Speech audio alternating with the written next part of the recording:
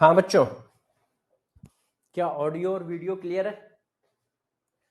क्या भाई, ऑडियो और वीडियो क्लियर है? सबको प्रॉपर दिखाई और सुनाई दे रहा हूँ?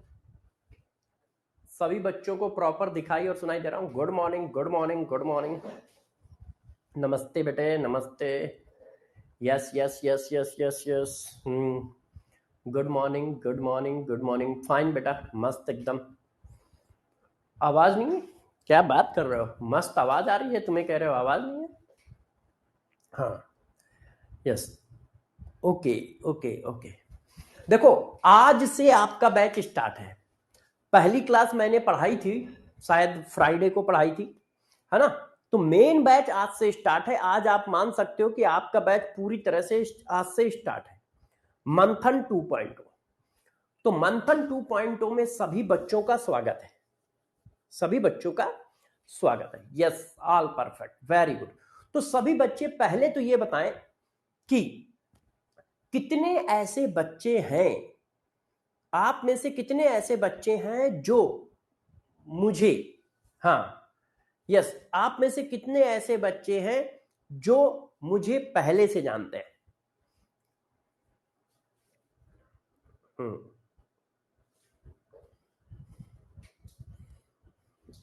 Okay okay okay.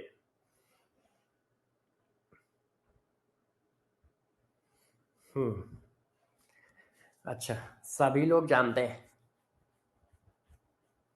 अच्छा, पहली बार एक बच्चा कह रहा है कि मैं आज पहली बार पढ़ रहा हूँ, जानता हूं मगर पढ़ पहली बार रहा हूं। अच्छा, ठीक है, ठीक है, कोई बात नहीं। अच्छा, सुहाना, अच्छा, ठीक है भाई सुहाना, ठीक है। तो चलो सारे बच्चे रेडी हो जाएं धमाकेदार एंट्री के लिए। आप लोगों को पता है कि हम लोग जब भी क्लास स्टार्ट करते हैं तो पिछली क्लास में जो पढ़ाया गया है, पिछली क्लास में जो पढ़ाया गया है उसका पहले टेस्ट लेते हैं। लेक्चर का, डेली क्लास का शेड्यूल क्या है? सबसे पहले 2 क्वेश्चन का टेस्ट होगा जिसको हम लोग नाम देते हैं TSD, test by Sarvesh Dikshit. फिर आपको पढ़ाया जाएगा जैसा आप लोगों को बताया गया है, पूरा पढ़ाया जाएगा, एक एक चीज कवर कराई जाएगी और इस लेवल पे कराई जाएगी कि आप अपने आप सेलेक्ट हो सकें, पेपर चाहे जैसा है। उसके बाद आपको डीपीपी करनी है, उसके बाद आपको जो है टेस्ट देना है और उसके बाद आपको नीट एडवांस बुक करनी है। नीट एडवांस बुक करनी है, यस। होमवर्क जो दिया था उसका सॉल्यूशन बिल्कुल बताएंगे बेटा, होमवर्क जो दिया था उसका सॉल्यूशन बताएंगे, उसके क्वेश्चन भी लेके आया हूं, उसके क्वेश्चन भी लाया हूं, मुझे ध्यान है सब कुछ। हाँ, ठीक है, ठीक है। हाँ, नीट एडवांस बुक जल्दी ही आ जाएगी बेटा, थोड़ा प्रिंटिंग इंटिंग में टाइम लग रहा है मगर हो जाएगी। डीपीपी भी करनी है, डीपीपी अपलोड हो गई होंगी। आप जाओगे, कहां मिलेगी डीपीपी बता देता हूं। जब आप ऐप खोलते हो, जहां पे आपने क्लास मिल रही है उस फोल्डर के बगल में एक फोल्डर असाइनमेंट का है, उसके बगल में एक फोल्डर अदर्स का है। अदर्स वाले फोल्डर में जब आप जाओगे तो वहां पर देखना है एक फोल्डर बना होगा डीपीपी ऑफ मोल कॉन्सेप्ट, उसको क्लिक करोगे तो एक गूगल सीट खुल जाएगी। उस गूगल सीट में अभ्यास डीपीपी 1 2 3 4 के लिंक लगे होंगे, वीडियो सोल्यूशन के लिंक लगे होंगे, उसके वीडियो सोल्यूशन हम ही लोगों ने बनाए हैं, और जो डीपीपी सोल्यूशन है उसकी पीपीटी भी लगी होगी। फिर एक आपको डीपीपी मिलेगी तेजस, ये पूरे चैप्टर की एक डीपीपी होती है। फिर आपको एक डीपीपी मिलेगी सिद्धि, ये भी पूरे चैप्टर की एक डीपीपी है। तेजस लेवल अप डीपीपी है, सिद्धि हाईली कॉन्सेप्चुअल डीपीपी है। फिर उसके बाद आपको मिलेगा एक लिंक, ठीक है, सीएसडी का, हैंड रिटन सीएसडी। फिर उसके बाद एक लिंक मिलेगा जिसमें लिखा होगा थ्योरी रिवीजन सीट। मतलब पूरा जब चैप्टर खत्म हो जाएगा तो तुम जल्दी से थ्योरी को कैसे रिवाइज कर पाओ, उसके लिए मैंने थ्योरी के छोटे छोटे क्वेश्चन बना रखे हैं, टू एंड फॉल के फॉर्म में, करेक्ट इनकरेक्ट के फॉर्म में, मैचिंग के फॉर्म में। तो वो सीट यदि आप रिवाइज कर लेते हो तो ऑटोमेटिक आपके सारे फार्मूले रिवाइज हो जाएंगे, छोटे मोटे जितने भी मेन मेन पॉइंट है वो सब रिवाइज हो जाएंगे। वो थ्योरी रिवीजन सीट है। फिर उसके बाद मिलेगी पूरे चैप्टर की ब्लैंक पीपीटी। पूरे चैप्टर में मैं जितने क्वेश्चन कराऊंगा उनको फिर से रिवाइज करने के लिए आपको एक ब्लैंक पीपीटी दे रखी है पूरे चैप्टर की। इतनी चीजें एक चैप्टर में मिलेंगे, ठीक है। बुक आपके घर में आएगी बेटा, मगर अभी आपको क्या करना है, अभी आपको कुछ नहीं करना है, आपको कोई डीपीपी नहीं लगानी है। जितनी तरह की डीपीपी बताई है उनमें से कुछ नहीं लगाना है, क्योंकि अभी आपका चैप्टर शुरू हो रहा है, तो आपको कोई डीपीपी नहीं लगानी है। ये सारी डीपीपी एक एक करके लगानी है। कब कौन सी डीपीपी लगानी है मैं बताता जाऊंगा आपको, कि मैंने इस डीपीपी का सिलेबस खत्म कर दिया है, इस डीपीपी को लगा लो। मैंने इस डीपीपी का सिलेबस खत्म कर दिया है, इस डीपीपी को लगा लो। नीट एडवांस में भी मैं यही करूंगा। जो नीट एडवांस की बुक है उसके भी मैं क्वेश्चन बताता जाऊंगा। जैसे ही प्रिंट होके मेरे पास आ जाएगी, आपके पास आ जाएगी, आप ले लो। क्यों? क्योंकि प्रिंट होके आपके पास पहुंचने में भी टाइम लगेगा, मेरे पास भी पहुंचने में टाइम लगेगा। जिस दिन आ गए उसी दिन से हम लोग उसको भी करने लगेंगे, क्योंकि उसमें भी हम लोगों ने क्वेश्चन, ऐसा नहीं है कि उसमें कुछ भी पढ़ा है जैसे बुकों में होता है। एक चैप्टर में 500 क्वेश्चन है, एक ही कॉन्सेप्ट के 20 क्वेश्चन है, बच्चे का टाइम खराब हो रहा है और बच्चा 500 क्वेश्चन कर भी नहीं पा रहा है। हम लोगों ने क्या किया, सेलेक्टेड क्वेश्चन रखे हैं। आप यदि पूरे चैप्टर को ऐसा रखा है कि हर कॉन्सेप्ट रिवाइज हो जाए और साथ साथ में हर कॉन्सेप्ट पे क्वेश्चन है, मतलब बहुत अच्छी और कॉन्साइज फॉर्म में बनाई है और खुद लिखी है। सारे क्वेश्चन, बहुत सारे क्वेश्चन नए हैं, मैंने खुद लिखे हाथ से, तो वो बहुत अच्छी है। हाँ, कंपलसरी है, तो आपको वो करना है और आप कर भी पाओगे। क्यों? क्योंकि उसमें इतने क्वेश्चन है जो इनफ से ज्यादा है, रैंक 1 लाने के लिए पर्याप्त है। मगर ऐसे नहीं है कि एक ही कॉन्सेप्ट के 70 क्वेश्चन और दूसरे कॉन्सेप्ट के 0 क्वेश्चन। पता चला पूरे चैप्टर में यदि मान लो 25 कॉन्सेप्ट है तो 15 कॉन्सेप्ट या 17 कॉन्सेप्ट में 500 क्वेश्चन है और 7-8 कॉन्सेप्ट के क्वेश्चन ही नहीं है। ऐसा कुछ नहीं होगा, हर कॉन्सेप्ट पे क्वेश्चन होगा, किसी पे एक्सेस नहीं, किसी पे कम नहीं, और एक क्वेश्चन दूसरे क्वेश्चन से मैच नहीं करेगा। हर वैरायटी बहुत है, मतलब यदि 75 क्वेश्चन होंगे तो 75 तरह की वैरायटी होगी, 150 क्वेश्चन होंगे तो 150 तरह की वैरायटी होगी। ऐसा नहीं है कि वही टाइप के क्वेश्चन बार बार कर रहे हो। मतलब किसी बुक के 500 क्वेश्चन और इस बुक के 70-80 क्वेश्चन बराबर होंगे, और स्टैंडर्ड जिस तरह के क्वेश्चन इस समय पेपर में आ रहे हैं उसी तरह के क्वेश्चन आपसे पूछे गए। चलिए अब मैं क्लास को स्टार्ट करता हूं, उससे पहले हमारा देखो क्या है, आज का टॉपिक बता देता हूं। आज हम पढ़ेंगे effect in physical state, number of atoms, electron, proton and neutron in one molecule और मोल, यदि पहुंच गए तो। टुडे टेस्ट, अब आपका टेस्ट स्टार्ट हो गया क्योंकि पहली क्लास है। TSD test number 1। टीएसडी का मतलब क्या होता है? Test by Sarvesh Dikshit. TSD का मतलब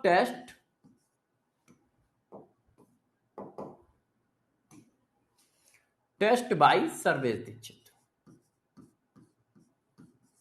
ये टेस्ट डेली होगा, जो पिछली क्लास में आपने पढ़ा है उससे रिलेटेड होगा, जो पिछली क्लास में आपने पढ़ा है उससे रिलेटेड होगा। तो सब लोग रेडी हो जाए, पेन कॉपी लेके रेडी हो जाओ। टीएसडी टेस्ट नंबर 1 आपकी स्क्रीन पे आ रहा है। चलो पहला क्वेश्चन, टीएसडी नंबर 1। सारे बच्चे बताएं इस क्वेश्चन का answer. How many species belong to pure substance? इनमें से कौन सी स्पीसीज प्योर सब्सटेंस से बिलोंग करती हैं? लास्ट क्लास में मैंने पढ़ाया था matter and classification of matter, तो matter and classification of matter पढ़ाया था, तो उसी से रिलेटेड क्वेश्चन इसमें दिए हुए हैं। Matter and classification of matter से रिलेटेड बताइए, how many species belong to pure substance? Answer दीजिए सारे लोग। और देखिए आपको क्लास ईमानदारी से 100% फॉलो करना है, बाकी आप मेरे ऊपर छोड़ दो। ये मेरी गारंटी है कि पेपर में जैसा भी पेपर आएगा तुम कर पाओगे। उस टाइप का कॉन्सेप्ट भी पढ़ा रखा होगा, उस टाइप के कॉन्सेप्ट पे क्वेश्चन भी करा रखा होगा, क्योंकि आप लोग जानते हो मैं हर लाइन पे क्वेश्चन कराता हूं, हर लाइन पे क्वेश्चन कराता हूं और हर कॉन्सेप्ट पे क्वेश्चन कराता हूं। इससे क्या है कि आप भाई उसी कॉन्सेप्ट से पूछोगे ना, ऐसा तो है नहीं बियॉन्ड द सिलेबस जाओगे, सिलेबस के अंदर ही रहोगे। तो बताइए, how many species belong to pure substance? Pure substance क्या होता है? एक ही टाइप के मॉलिक्यूल के कलेक्शन को प्योर सब्सटेंस कहते हैं। क्या? Collection of one type of molecule, one type of molecule, एक ही टाइप के मॉलिक्यूल या एटम के कलेक्शन को प्योर सब्सटेंस कहते हैं। अब वाटर एक ही टाइप का कलेक्शन है। वाटर का एक मॉलिक्यूल, वाटर के 100 मॉलिक्यूल, वाटर को 500 मॉलिक्यूल, वाटर के 1000 मॉलिक्यूल, वाटर के लाख करोड़ों मॉलिक्यूल मिलके क्या बनता है? Water liquid. तो ये एक ही टाइप के मॉलिक्यूल का कलेक्शन है। एयर एक से ज्यादा टाइप के मॉलिक्यूल का कलेक्शन है। एयर में नाइट्रोजन भी होता है, एयर में ऑक्सीजन भी होता है, एयर में कार्बन डाइऑक्साइड भी होती है, एयर में क्या है? इनर्ट गैसेस भी होती है। तो ये तो मिक्सचर है। सोडियम सॉलिड एक ही टाइप के एटम का कलेक्शन है। Sodium sodium sodium sodium sodium sodium मिलके sodium solid. Cold drink mixture है। कोल्ड ड्रिंक में पानी भी होता है, खट्टा मीठा होता है कोल्ड ड्रिंक, तो शुगर भी होता है, नमक भी होता है, कलर भी होता है। हाइड्रोजन गैस एक ही टाइप के मॉलिक्यूल का कलेक्शन है। हाइड्रोजन गैस मिलके क्या बनी? Collection of hydrogen gas. तो कितने हैं प्योर सब्सटेंस? 3। प्योर सब्सटेंस कितने हैं? 3। आंसर कितना है? 3। यस। अब टेस्ट टीएसडी नंबर 2 आपकी स्क्रीन पे। TSD number 2, read all statement carefully and select incorrect set of statement. Select incorrect set of statement करो।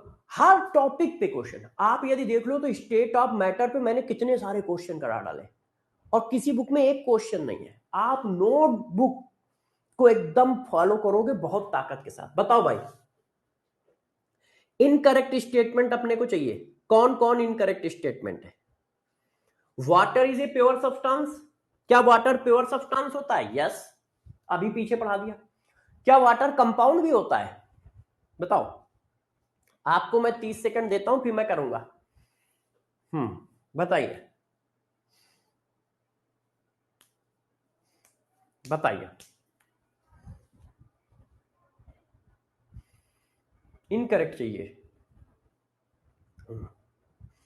चलो अब मैं बताता हूं। वाटर प्योर सब्सटेंस है। वाटर कंपाउंड होता है? यस।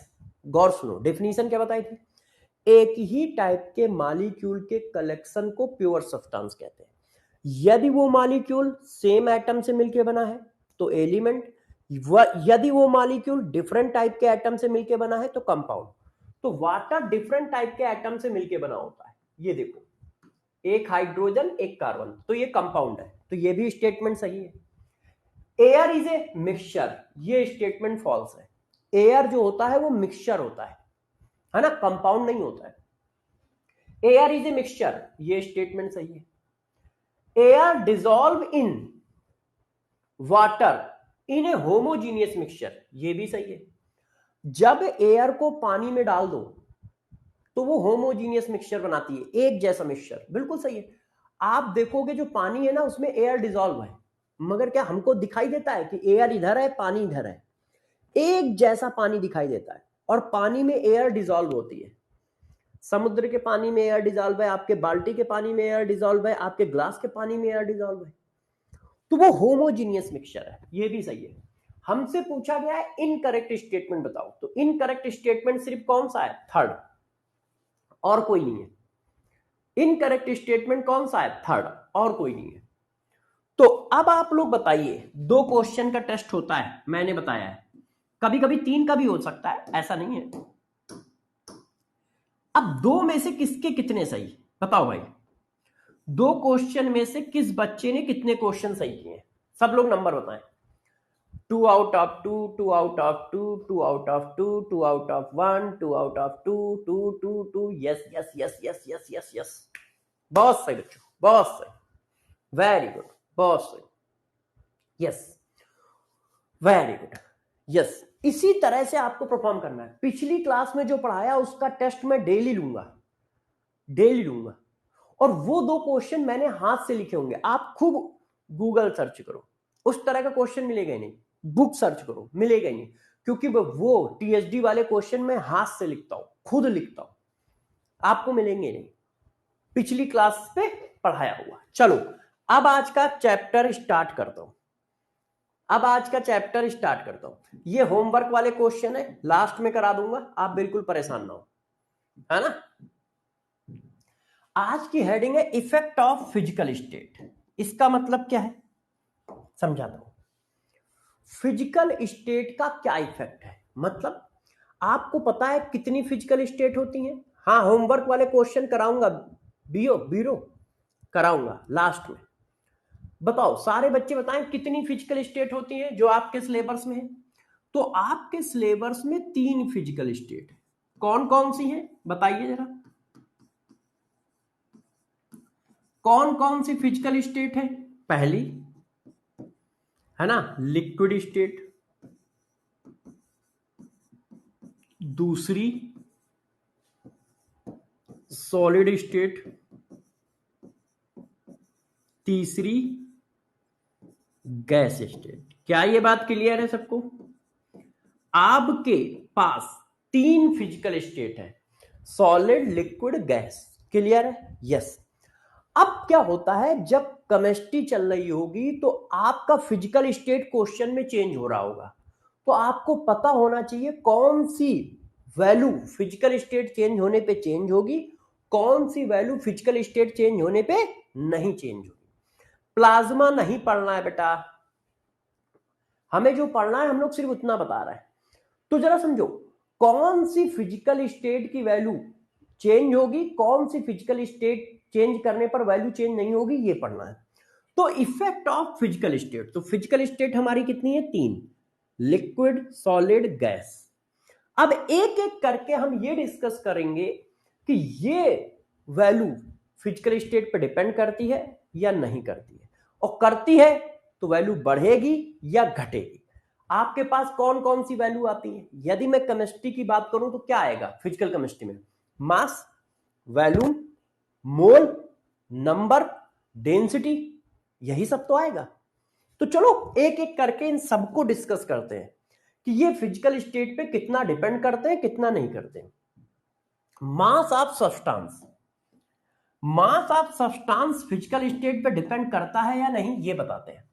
क्या हम में से सब लोगों ने पढ़ा है mass neither be create nor be destroy, only convert one form of mass to other form of mass. Mass conserve रहता है, इसका मतलब मास का फिजिकल स्टेट से कोई लेने देना नहीं, मास उतना ही रहेगा। तो मास जो होता है वो फिजिकल स्टेट पर डिपेंड नहीं करता है। यदि आप 1 लीटर, गौर सुनिए, यदि आप 100 ग्राम पानी को वेपराइज कर दो तो वो 100 ग्राम गैस में कन्वर्ट होगा, और 100 ग्राम पानी को कंडेंस कर दो, सॉलिड बना दो, तो वो 100 ग्राम आइस बन जाएगा। मगर मास जो है किसी भी तरह के फिजिकल स्टेट पर डिपेंड नहीं करती। इसका मतलब किसी भी चीज का मास जो सॉलिड स्टेट में होगा वही यदि मान लो पिघला दिया जाए तो लिक्विड स्टेट में भी मास उतना ही रहेगा, यदि उसको वेपराइज करा दिया जाए तो भी मास उतना ही रहेगा। यदि केमिकल रिएक्शन नहीं हो रही है तो हम फिजिकल स्टेट के चेंज को पढ़ रहे हैं, इसका मतलब केमिकल रिएक्शन ना मान के चला जा रहा है। ठीक है, ध्यान रखिएगा। तो यदि सिर्फ आप फिजिकल स्टेट चेंज करोगे तो मास कभी नहीं चेंज होगा। क्वेश्चन गैस फेज से लिक्विड फेज में जाए तो भी वही बात है, लिक्विड फेज से सॉलिड फेज में जाए तो भी वही बात है, और सॉलिड से वेपर फेज में जाए तो भी वही बात है। तो पहला पॉइंट आया mass of substance does not depend upon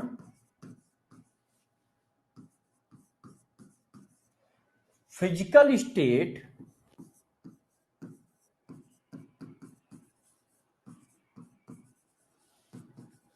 of matter. Physical state पे डिपेंड नहीं करता, मतलब किसी का गैस फेज में जितना मास होगा लिक्विड फेज में भी उतना ही मास होगा, और सॉलिड फेज में भी उतना ही मास होगा। मास चेंज नहीं होगा, इसका मतलब ये mass of substance does not depend upon physical state of matter. Question एक फिजिकल स्टेट से दूसरे फिजिकल स्टेट पे जाएगा मगर मास में कोई फर्क नहीं पड़ेगा, मास उतना ही रहेगा। यदि मैं आपसे कहता हूं, गौर से देखिए, यदि मैं आपसे कहता हूं 2 gram camphor vaporize at room temperature,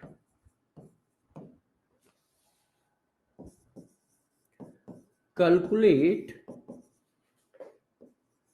mass of vapor of camphor A 2 gram, B 2 gram से ज्यादा हो जाएगा, C 2 ग्राम से कम हो जाएगा, D can not calculate, data insufficient है इसलिए कैलकुलेट ही नहीं किया जा सकता। बताओ, हमारे पास 2 ग्राम कैम्फर थी, उसको मैंने वेपराइज करा दी है, तो अब बताओ क्या उसके मास को हम कैलकुलेट कर सकते हैं, या वो कितने ग्राम कैम्फर बनेगा? बताइए। आपको जो इंफॉर्मेशन दी है वो ग्राम में दी है, मतलब मास दिया है। मास एक फिजिकल स्टेट से दूसरे फिजिकल स्टेट में जाएगा तो क्या वैल्यू में चेंज आएगा? मास जब एक फिजिकल स्टेट से दूसरे फिजिकल स्टेट में जाएगा तो क्या वैल्यू में चेंज आएगा? नहीं। तो बताओ आंसर क्या होगा सब लोग? यस यस, जल्दी जल्दी आंसर दो, सारे लोग आंसर लिखेंगे जरूर। तो देखो, मास फिजिकल स्टेट पे डिपेंड नहीं करता, इसका मतलब 2 ग्राम कैम्फर सॉलिड स्टेट में था, जब वो वेपर में जाएगा फिर भी 2 ग्राम ही रहेगा, जब वो वेपर में जाएगा फिर भी 2 ग्राम ही रहेगा, ना तो 2 ग्राम से ज्यादा होगा ना 2 ग्राम से कम होगा। क्यों? क्योंकि मास फिजिकल स्टेट पे डिपेंड नहीं करता है, मास फिजिकल स्टेट पे डिपेंड नहीं करता है। क्लियर है? क्लियर है? आंसर बताओ, क्लियर है सबको? यस। माइक क्रैक कर रहा है? माइक सही चल रहा है ना बच्चों? जरा बताना, माइक का एक बिल्कुल सही है, मस्त है, माइक एकदम मस्त है। कैम्फर बेटा हाइड्रोकार्बन है, हाइड्रोकार्बन सॉलिड स्टेट में होता है और डायरेक्ट वेपर स्टेट में जाता है, लिक्विड स्टेट में नहीं जाता है, डायरेक्ट वेपर स्टेट में जाता है। क्या वॉइस क्रैक हो रही है? सब सही है ना? वॉइस में कोई दिक्कत तो नहीं है?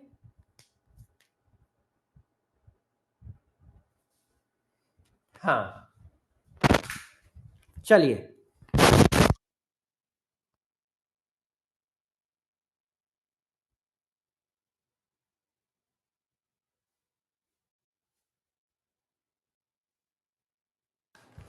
अब देखिए, अब जरा देखिए वॉइस को, अब वॉइस देखो जरा, बिल्कुल सही है। अब देखो जरा, क्लियर है? वॉइस क्लियर है? यस। अब आंसर बताओ। 12 ग्राम। अच्छा अच्छा अच्छा अच्छा अच्छा अच्छा अच्छा, एक मिनट बच्चों, हर जगह से एक हट गया है, हर जगह से एक हट गया है।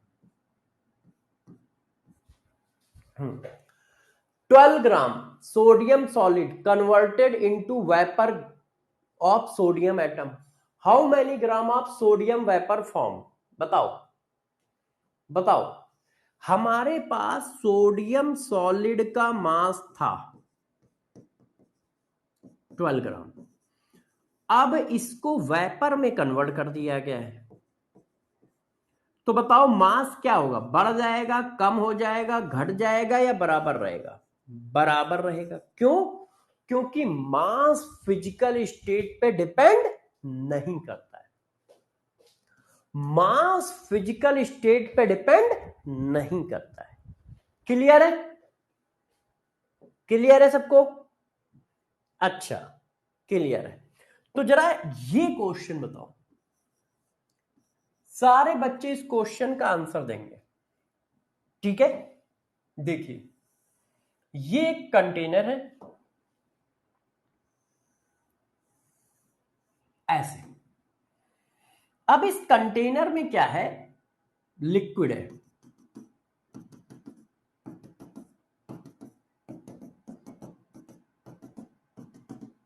ये क्लोज कंटेनर है, इसमें लिक्विड है 50 ग्राम, इसमें 50 ग्राम एक लिक्विड है ऐसे। अब क्या हुआ, इसको वेपराइज कराया गया,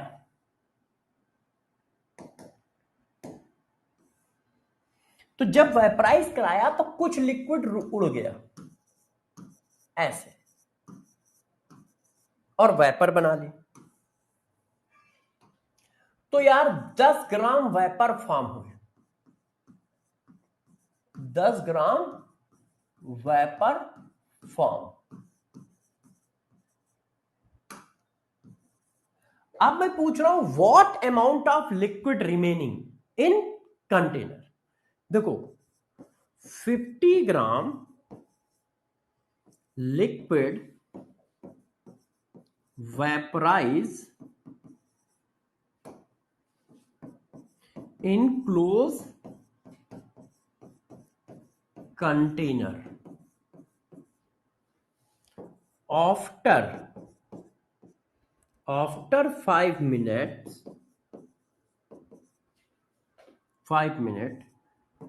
10 gram vapor form. What amount of liquid remains in liquid state? बताइए। 50 ग्राम, 10 ग्राम, 40 ग्राम, 30 ग्राम। बताओ भाई बच्चों, सारे बच्चे आंसर बताएं। हमारे पास 50 ग्राम लिक्विड था, मैंने उसको वेपराइज कराया तो 10 ग्राम वेपर बनी। अब बताओ लिक्विड स्टेट में कितना मास बचा है, लिक्विड स्टेट में कितना मास बचा है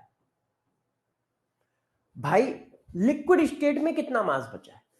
50 ग्राम वेपर को आपने वेपराइज कराया मगर सारा लिक्विड वेपराइज नहीं हुआ है, सारा लिक्विड वेपराइज नहीं हुआ है, उसमें इक्विलिब्रियम आ गई है, मगर 10 ग्राम लिक्विड बना है।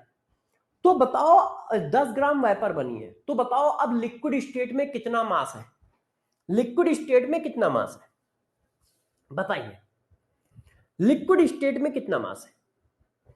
तो टोटल मास 50 ग्राम था, अब 50 ग्राम में से 10 ग्राम वेपर स्टेट में चला गया तो कितना बचा होगा, क्यों, mass neither be create nor be destroy. तो 50 ग्राम था, 10 ग्राम यदि वेपर में चला गया तो 40 कहां बचा होगा, लिक्विड में बचा होगा। क्यों, क्योंकि मास चेंज नहीं होता है।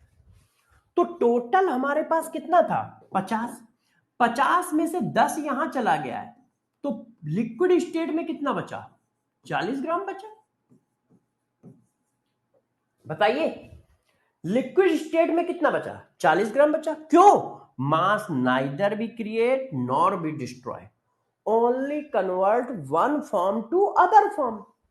तो अभी तक क्या हो रहा था, मैं पूरा का पूरा लिक्विड वेपराइज करा दे रहा था या पूरा का पूरा सॉलिड वेपराइज करा दे रहा था।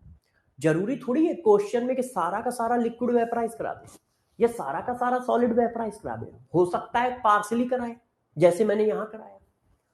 तो आपको समझना पड़ेगा ना, 50 ग्राम लिक्विड था, उसमें से 10 ग्राम वेपर बनी, तो अब लिक्विड कितना बचा, तो भाई 10 ग्राम वेपर में चला गया तो अब लिक्विड फेज में कितना बचा होगा, 40 ग्राम। लिक्विड फेज में कितना बचा होगा, 40 ग्राम। क्लियर है, क्लियर है, यस। अब दूसरा, number of molecules and mass, number of molecule. अब number of molecule physical state पर डिपेंड करते हैं कि नहीं, जरा बताओ। तो सबसे पहले मुझे ये बताइए, जैसे ये आइज है, देखो ये वाटर मॉलिक्यूल है, यदि वाटर मॉलिक्यूल आइस के फॉर्म में होंगे तो कैसे होंगे? ऐसे होंगे, ऐसे। और इनके बीच में किसी ना किसी तरह का अट्रैक्शन फोर्स होगा,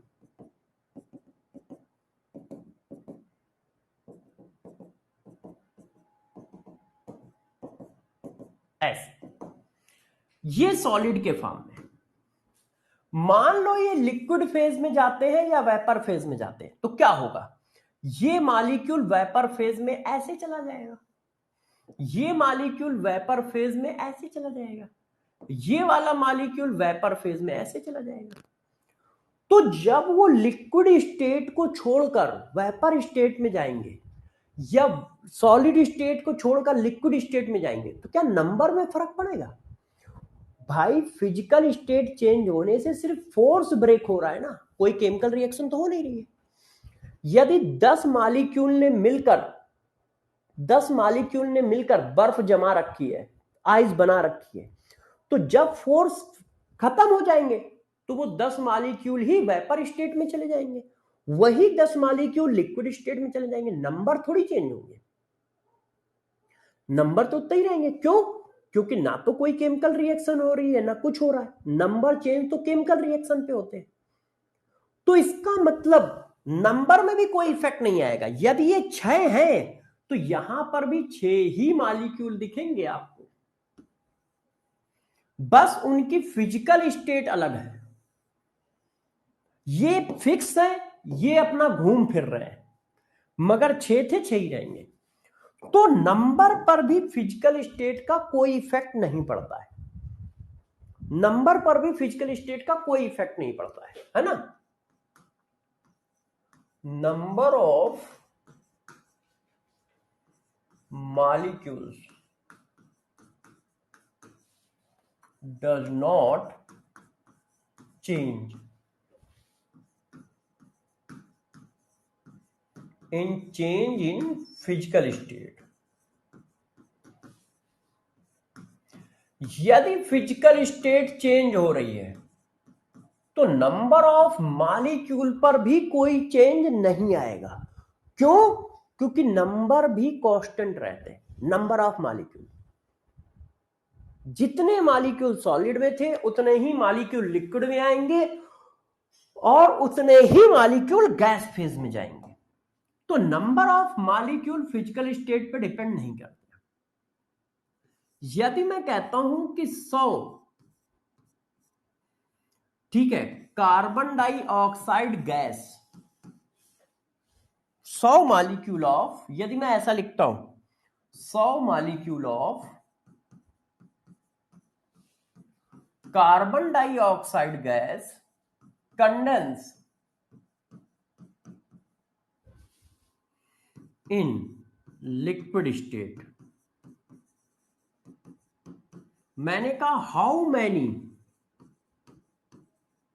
molecules of carbon dioxide present in liquid state.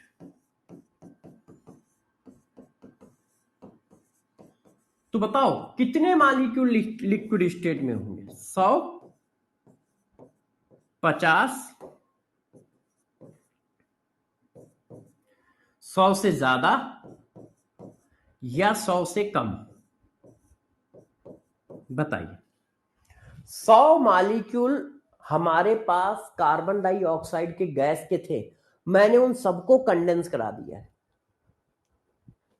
तो अब लिक्विड स्टेट में कितने मॉलिक्यूल मिलेंगे? बताओ सब लोग, हाँ आंसर दो।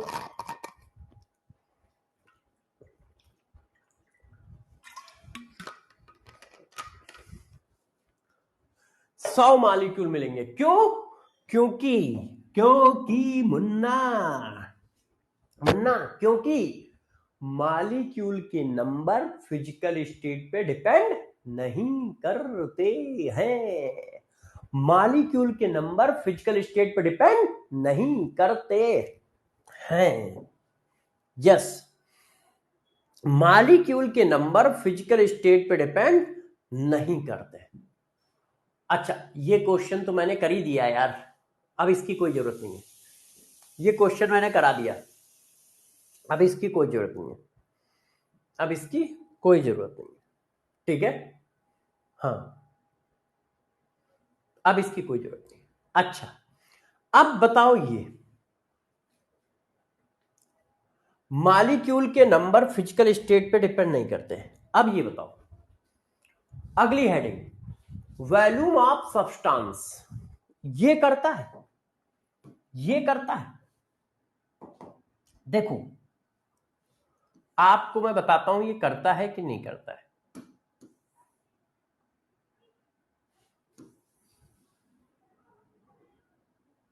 देखिए,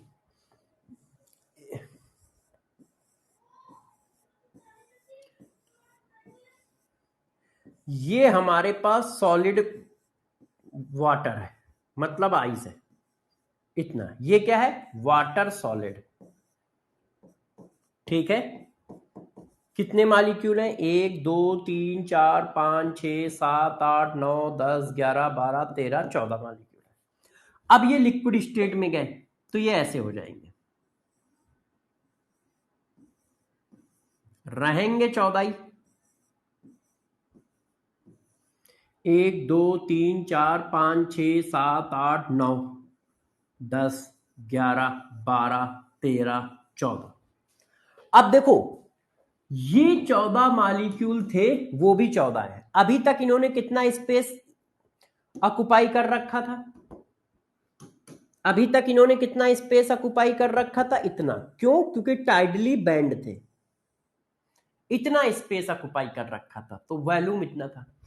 अब ये क्या आ गए? लिक्विड स्टेट में। ये क्या है? Water liquid.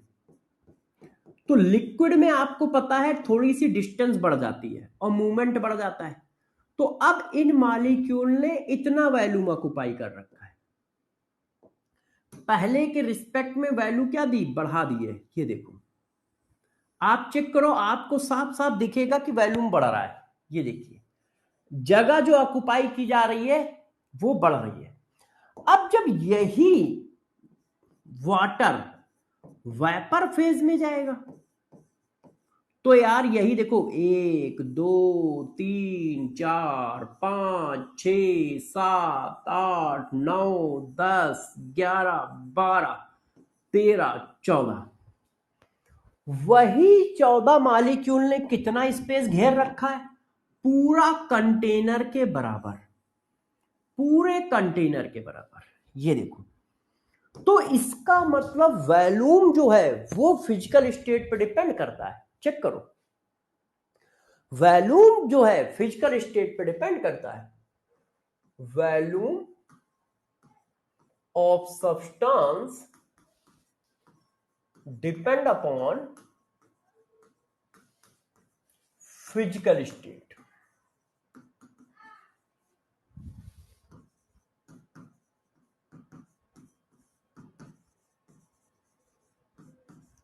Volume physical state पे डिपेंड करता है।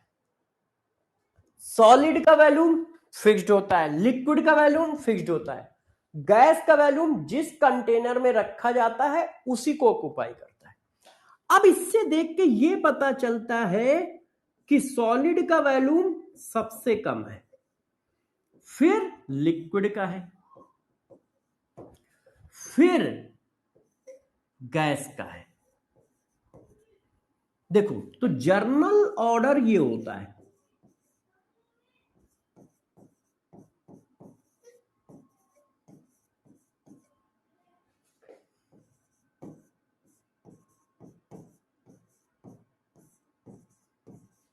जर्नली ऑर्डर क्या होता है? ये सॉलिड से ज्यादा लिक्विड का, लिक्विड से ज्यादा गैस का। सही है कि नहीं? तो वॉल्यूम जो है वो फिजिकल स्टेट पर डिपेंड करेगा और साथ साथ में सॉलिड से ज्यादा होगा लिक्विड का, लिक्विड से ज्यादा होगा गैस का, सॉलिड से ज्यादा लिक्विड का, लिक्विड से ज्यादा गैस का होगा। यह बात कंफर्म है या नहीं? यह बात कंफर्म है या नहीं? बताओ, यहां तक सब कुछ ठीक है? सब लोग बताओ, यहां तक सब कुछ ठीक है। जो वॉल्यूम है वो फिजिकल स्टेट पे डिपेंड करेगा, मास डिपेंड नहीं करेगा, मोल या नंबर डिपेंड नहीं करेगा, वॉल्यूम डिपेंड करेगा। कैसे डिपेंड करेगा? सॉलिड का सबसे कम, फिर लिक्विड का, फिर गैस का, गैस का सबसे ज्यादा। मगर ये जो ट्रेंड है ये कहीं कहीं पर वैरी भी करता है, कहीं कहीं पर ये ट्रेंड गलत हो जाता है। ये वाला ट्रेंड कहीं कहीं पर ये ट्रेंड गलत हो जाता है। अब इसको वाटर ना कहो, नहीं तो फिर गलत हो जाएगा। इसको वाटर की जगह कोई और दे दो यार, क्योंकि वाटर के केस में ऐसा नहीं होता है। जो मैंने फिगर बना रखा है, वाटर की जगह कार्बन डाइऑक्साइड लिख दो। ऐसा क्यों बोल रहा हूं अभी बताऊंगा। अब ऐसा क्यों, तो गौर से समझो, नोट डाल के बता रहा हूं। वैसे तो ये बात इनऑर्गेनिक में पड़ेगी जरूरत, फिजिकल में इसकी जरूरत नहीं पड़ेगी, इनऑर्गेनिक में पड़ेगी, मगर पढ़ भी सकती है, इसलिए बता देता हूं। क्या? देखो, वाटर सॉलिड का वॉल्यूम वाटर लिक्विड के वॉल्यूम से ज्यादा होता है। वाटर सॉलिड का वॉल्यूम वाटर लिक्विड के वॉल्यूम से ज्यादा होता है। और जबकि अभी मैंने क्या लिखाया है, ये देखो, सॉलिड से ज्यादा किसका होता है? लिक्विड का। लिक्विड से ज्यादा किसका होता है? गैस का। क्या ये ऑर्डर कहीं फ्लक्चुएट करता है? तो कहां कहां फ्लक्चुएट करता है, कोई बच्चा बता सकता है? क्या ये ऑर्डर कहीं फ्लक्चुएट करता है? तो कहां कहां करता है? वाटर के केस में करता है। वाटर सॉलिड का वॉल्यूम वाटर लिक्विड से ज्यादा होता है। वाटर सॉलिड का वॉल्यूम वाटर लिक्विड से ज्यादा होता है। तो बच्चों ने कहा कैसे, रीजन। क्या ये बात समझ में आई है?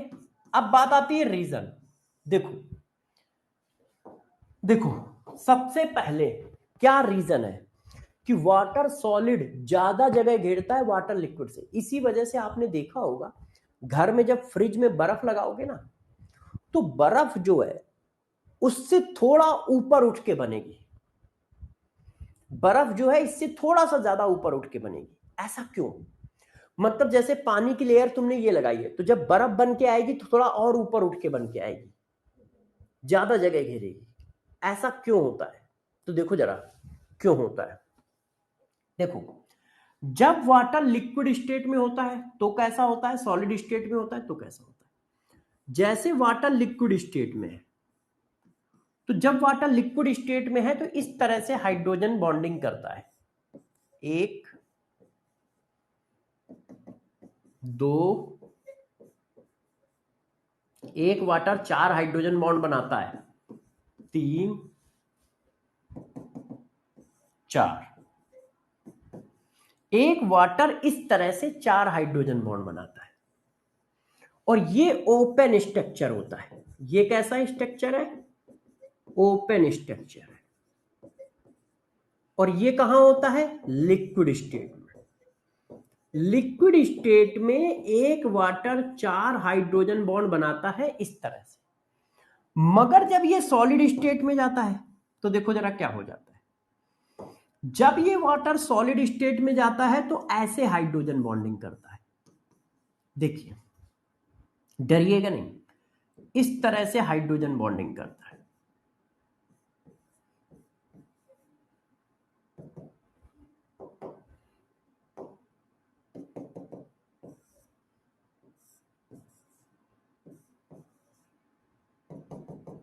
ये देखो, इस तरह से। और इस तरह से वो क्या बनाता है? कैविटी बनाता है। और इस कैविटी में एयर ट्रैप हो जाती है। एयर जो है इसमें फंस जाती है, ट्रैप हो जाती है। इस कैविटी में एयर ट्रैप हो जाती है।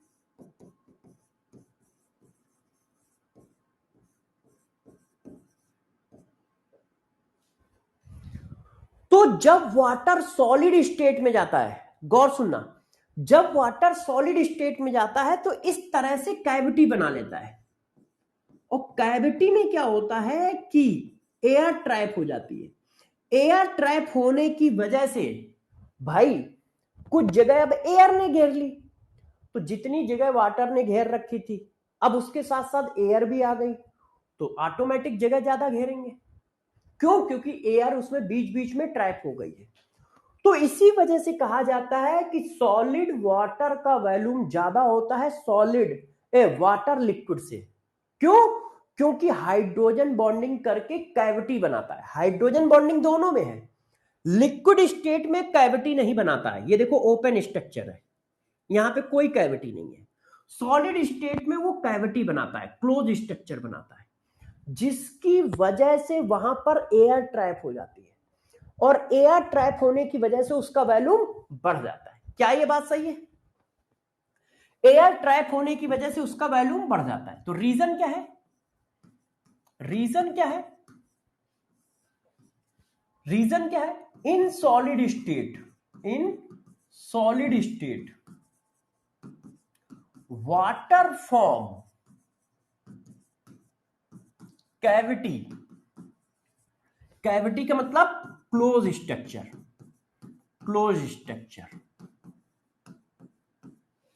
Due to hydrogen bonding and some amount of air trapped in cavity so volume of solid water increases। तो क्या ये बात सबको समझ में आई है? वाटर जब लिक्विड स्टेट में होता है तो हाइड्रोजन बॉन्डिंग करता है मगर कैविटी नहीं बनाता। वही वाटर जब सॉलिड स्टेट में जाता है तो मॉलिक्यूल पास पास आते हैं, मॉलिक्यूल पास पास आने की वजह से वो कैविटी बना लेते हैं, और इस कैविटी में एयर ट्रैप हो जाती है, तो वॉल्यूम टोटल बढ़ जाता है। वाटर प्लस एयर, और वाटर अकेला, और वाटर प्लस एयर, तो यहां पे क्या होगा? वॉल्यूम बढ़ जाएगा। इसीलिए कहा जाता है कि वाटर सॉलिड का वॉल्यूम ज्यादा होता है वाटर लिक्विड से। इसीलिए बचपन में पढ़ाया जाता था कि सर्दियों के दिनों में पाइपलाइनें फट जाती है। जैसे यूरोप की पाइपलाइनें जो होती हैं, वहां बहुत सर्दी पड़ती है, -10 -15, तो पाइपलाइनें फट जाती है। क्यों? उस पाइपलाइन में पूरा वाटर भरा है और वो सॉलिड हो गया, तो जब सॉलिड होगा तो एक्सपेंड करेगा। क्यों? वॉल्यूम ज्यादा है, तो एक्सपेंड करेगा, तो पाइपलाइन को क्या करता है? फाड़ देता है। पाइपलाइन को क्या करेगा? फाड़ देगा। यदि एकदम ठांस के वाटर भर दिया है, एकदम ठांस के, और आपने उसको सॉलिड कर दिया, तो वो क्या करेगा? बोतल को चिटका देगा। यदि ग्लास की बोतल है तो और जल्दी चिटक जाएगी। एक ग्लास की बोतल में आप क्या करो? बिल्कुल टाइट पानी भर दो, बहुत ज्यादा ऊपर तक एकदम, और उसको बंद कर दो, और उसको बहुत ठंडे पानी में डाल दो, मतलब -10 -15 पे रख दो, तो वो बोतल चिटक जाएगी। क्यों? क्योंकि जब वो लिक्विड से सॉलिड में जाएगा तो अपने को एक्सपेंड करेगा, और जब एक्सपेंड करेगा तो जगह तो है नहीं, तो बोतल को क्या करेगा? चिटका देगा, तोड़ देगा। तो इस बात को ध्यान रखना। इन जनरल क्या है? Volume of substance physical state पे डिपेंड करता है। सबसे ज्यादा वॉल्यूम गैस का, फिर लिक्विड, फिर सॉलिड। सॉलिड से ज्यादा लिक्विड का, लिक्विड से ज्यादा गैस का। मगर कहां पर ये गड़बड़ करेगा? ये गड़बड़ करेगा वाटर में। वाटर सॉलिड का वॉल्यूम वाटर लिक्विड से ज्यादा होता है। इसी वजह से ध्यान रखिएगा, बर्फ पानी में फ्लोट करती है। तो बर्फ पानी में क्यों फ्लोट करती है? क्योंकि बर्फ मतलब आइस की डेंसिटी कम है। और आइस की डेंसिटी क्यों कम है? क्योंकि आइस का वॉल्यूम ज्यादा है। इसी वजह से जो वाटर है वो क्या करता है? फ्लोट करता है। आइस जो है, why ice is float in water, float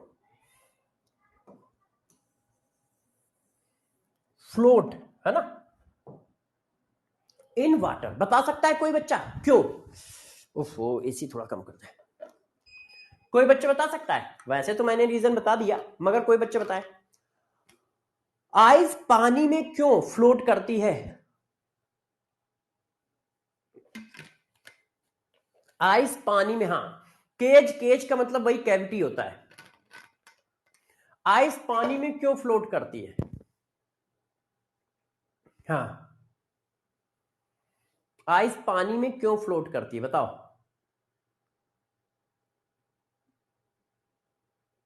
हम्म कोई किसी पे फ्लोट करता है तो वो डेंसिटी की वजह से करता है।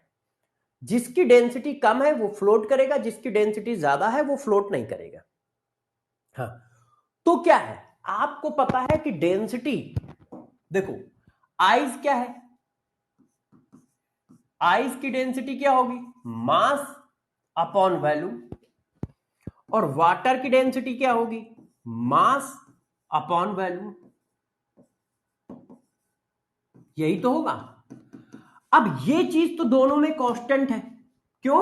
मास फिजिकल स्टेट पे डिपेंड ही नहीं करता है। मास फिजिकल स्टेट पे डिपेंड नहीं करता है, तो ये तो कांस्टेंट हो गई। अब जरा देखो, जिसका वॉल्यूम ज्यादा है उसकी डेंसिटी कम होगी, और जिसका वॉल्यूम कम है उसकी डेंसिटी ज्यादा होगी। इसका मतलब आइस की डेंसिटी क्या है, कम है, और वाटर लिक्विड की डेंसिटी क्या है, ज्यादा है। और जिसकी डेंसिटी कम है वो फ्लोट करता है, जिसकी डेंसिटी कम है वो फ्लोट करता है। वो क्या करता है, फ्लोट करता है।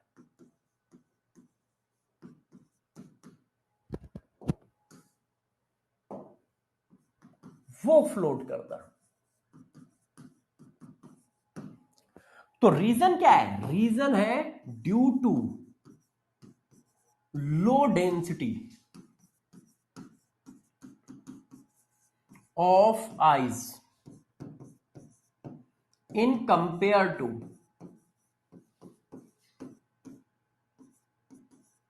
वाटर। वाटर के कंपेयर में इसकी डेंसिटी कम है, जिसकी वजह से वो पानी में फ्लोट करता रहता है। आइस, जहां पे ग्लेशियर पिघलते हैं तो बर्फ ऊपर रहती है, पानी नीचे रहता है। बर्फ ऊपर रहती है, पानी नीचे रहता है। ये देखो, तो हम लोग क्या पढ़ा रहे थे, हम वापस आते हैं, क्योंकि ये आप लोग इनऑर्गेनिक में पढ़ोगे, फिजिकल में इसकी जरूरत हो सकता है पड़े ही ना, और पड़ेगी तो आप ध्यान रखना कि वाटर का वॉल्यूम, वाटर आइस का वॉल्यूम वाटर लिक्विड से ज्यादा है।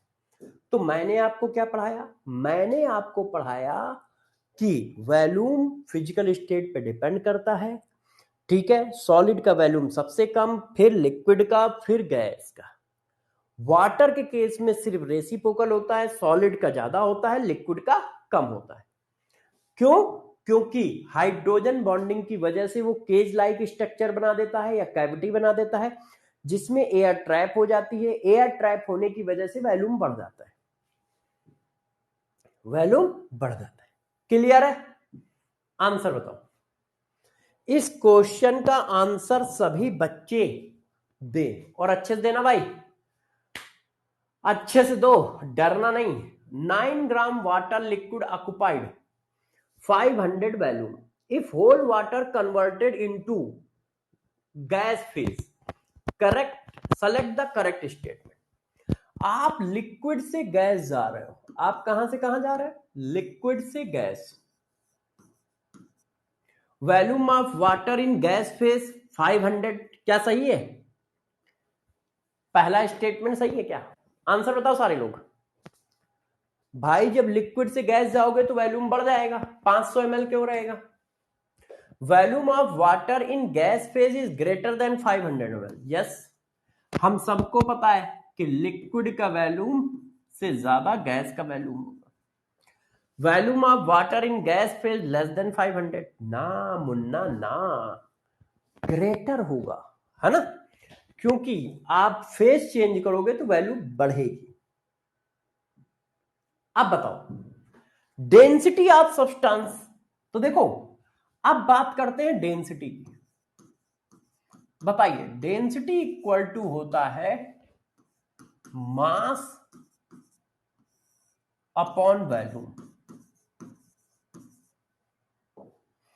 अब ये तो फिजिकल स्टेट पे डिपेंड नहीं करता है, not depend in physical state.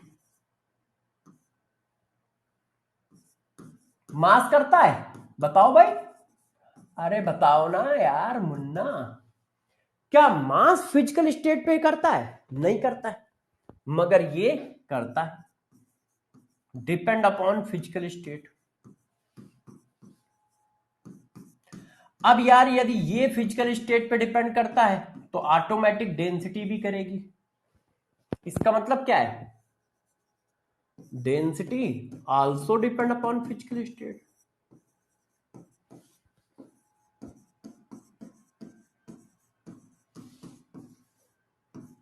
क्यों?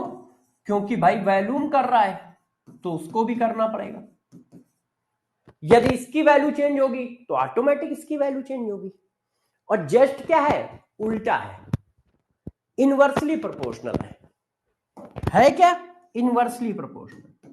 देखो तो डेंसिटी और वैल्यूम इनवर्सली प्रोपोर्शनल है। ये देखो, इसका मतलब डेंसिटी ऑफ गैस सबसे कम, density of liquid, density of solid सबसे ज्यादा। क्यों? क्योंकि ये आंसर है, वैल्यूम सबसे ज्यादा, फिर लिक्विड, फिर सॉलिड। तो वैल्यूम सबसे कम तो डेंसिटी सबसे ज्यादा, वैल्यूम सबसे कम तो डेंसिटी सबसे ज्यादा।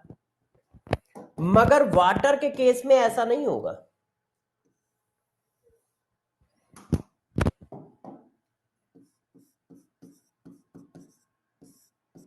But in case of water, water के केस में ऐसा नहीं होता है। वाटर के केस में वाटर का वैल्यूम ज्यादा है सॉलिड का और लिक्विड का कम है, इसलिए डेंसिटी उल्टी हो जाएगी। वाटर सॉलिड की डेंसिटी मतलब आइस की डेंसिटी कम होगी और वाटर लिक्विड की डेंसिटी ज्यादा होगी। उसका रीजन है यहां पर चेंज है। क्लियर है? तो क्या हम ये कह सकते हैं कौन कौन सी चीजें फिजिकल स्टेट पर डिपेंड कर रही हैं? मास कर रहा है? नहीं। नंबर ऑफ मोल कर रहा है? नहीं। वॉल्यूम फिजिकल स्टेट पे डिपेंड कर रहा है? हाँ। डेंसिटी फिजिकल स्टेट पे डिपेंड कर रही है? हाँ। है ना? वॉल्यूम का ऑर्डर क्या है? सॉलिड से ज्यादा लिक्विड का, लिक्विड से ज्यादा गैस का। डेंसिटी का ऑर्डर क्या है? उल्टा, सबसे कम डेंसिटी गैस की, गैस से ज्यादा लिक्विड की, लिक्विड से ज्यादा सॉलिड की। सिर्फ वाटर के केस को छोड़ दिया जाए तो। ये देखो, क्लियर है? क्या ये बात आप लोगों को समझ में आ रही है जो मैं बोल रहा हूं? क्या बात आप लोगों को समझ में आ रही है जो मैं बोल रहा हूं? बताइए, सब लोग बताएं। आप बताइए इनमें से क्या है? Select the property which is depend upon physical state of matter. इनमें से कौन सी property physical state of matter पे डिपेंड करेगी? वॉल्यूम करता है? करता है। मास करता है? नहीं। नंबर करता है? नहीं, मोल एक नंबर है। टेम्परेचर करता है? नहीं। ऐसा थोड़ी होता है कि फिजिकल स्टेट चेंज कर दोगे तो टेम्परेचर चेंज हो जाएगा, टेम्परेचर तो वही रहेगा, है ना? तो कौन सी प्रॉपर्टी है जो फिजिकल स्टेट पर डिपेंड है? वॉल्यूम। ये देखो, वॉल्यूम जो होता है वो फिजिकल स्टेट पर डिपेंड करेगा, मास नहीं करेगा। मोल क्या है? नंबर नहीं करेगा। कौन करेगा? टेम्परेचर नहीं करेगा। अच्छा, अब इसका आंसर बताओ आप लोग, इसका आंसर बताइए, ये आपके ऊपर छोड़ा है, जल्दी बताओ। अरे मुन्ना जल्दी बताओ, विच of the following properties change when substance changes physical state? इनमें से कौन सी प्रॉपर्टी चेंज होगी जब कोई सब्सटेंस अपनी फिजिकल स्टेट को चेंज करेगा? मास ऑफ सब्सटेंस नहीं, नंबर ऑफ मॉलिक्यूल या नंबर ऑफ एटम नहीं, density of substance yes, density volume of substance yes. दो आंसर, आंसर क्या क्या है? सी एंड डी। सही बताओ, यस जल्दी जल्दी लिखो। बहुत सही, आलम, सुनील, बहुत सही, हाँ वेरी गुड, बहुत सही, दीपाली, मुस्कान, बहुत सही, क्लियर है। अच्छा अब इसको बताओ, विच of the following property decreases when 4 gram carbon dioxide gas converted into liquid. अब देखो आप गैस से लिक्विड में आ रहे हो,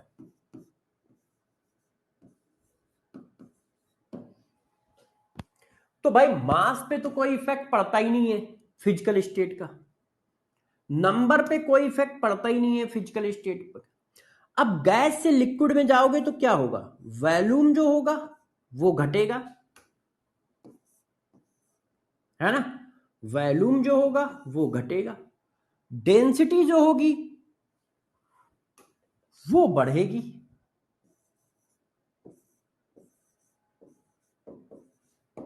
है कि नहीं? अब वो बढ़ा रहा है कि घटा रहा है?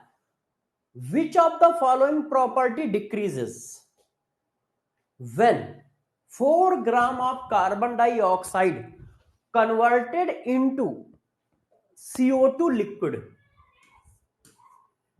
वॉल्यूम कम होगा, डेंसिटी बढ़ जाएगी, डेंसिटी क्या होगी? बढ़ेगी। यस वेरी गुड बच्चों, बहुत सही, बहुत सही, मनीष बहुत सही, B and D. Yadav ji, Yadav ji यार ऐसा मत करो यार, तुम तो यार ऐसी बात करने लगे हो। हम इफेक्ट नहीं पूछ रहे हैं मुन्ना, मुन्ना हम इफेक्ट नहीं पूछ रहे हैं, हम पूछ रहे हैं कौन सी वैल्यू डिक्रीज करेगी। इफेक्ट में तो दो आंसर होते हैं, क्योंकि एक वैल्यू डिक्रीज करेगी एक इंक्रीज करेगी। भाई गैस से लिक्विड में जाओगे तो वॉल्यूम डिक्रीज करेगा, डेंसिटी तो इंक्रीज करेगा। लिक्विड की डेंसिटी क्या होती है? गैस से ज्यादा होती है। तो वो तो कह रहा है which of the following property decreases. Munna no no no, गलती नहीं करो, गलती नहीं करो पगलैट। हाँ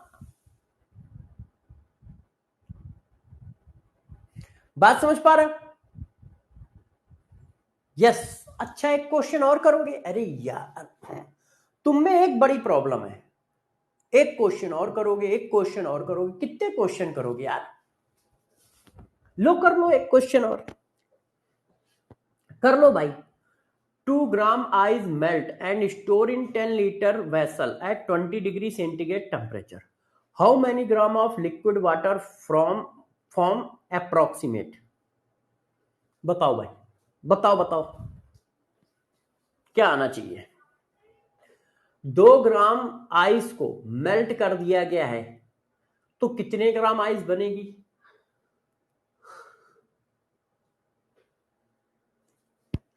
क्या मास फिजिकल स्टेट पे डिपेंड करता है?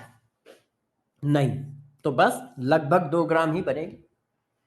क्या मास फिजिकल स्टेट पे डिपेंड करता है? नहीं, तो कितनी बनेगी? 2 ग्राम बनेगी। कितनी बनेगी? 2 ग्राम बनेगी। अब मैं CHD लिख देता हूं। देखो जितनी चीज मैंने पढ़ाई है उन सबको एक लाइन में लिख देता हूं। CHD क्या है? आपके शॉर्ट नोट्स है, आपके कॉन्सेप्ट नोट्स हैं, आपकी फार्मूला सीट है।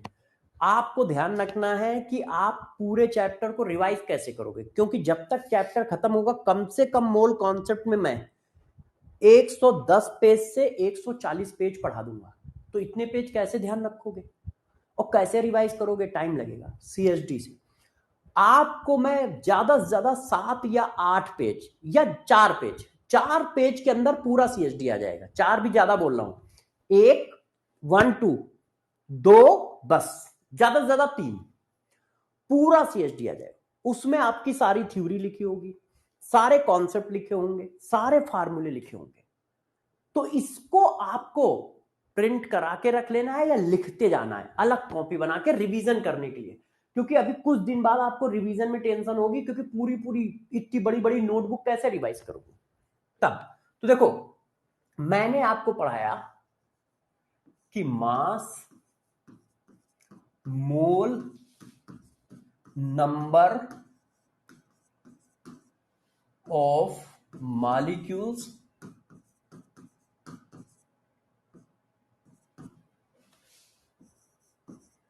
does not depend upon physical state।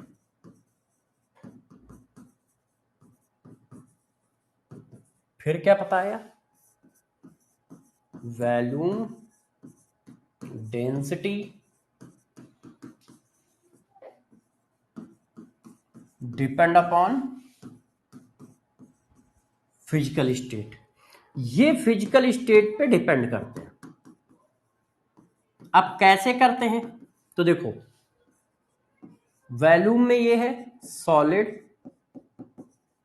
से ज्यादा लिक्विड, लिक्विड से ज्यादा गैस। यहां पे एक ध्यान रखना है बात, नोट डाल के, कि वाटर, इधर नीचे लिख देता हूं, एक नोट डाल के बात याद रखनी है कि वाटर, आइस का वॉल्यूम वाटर लिक्विड से ज्यादा होता है।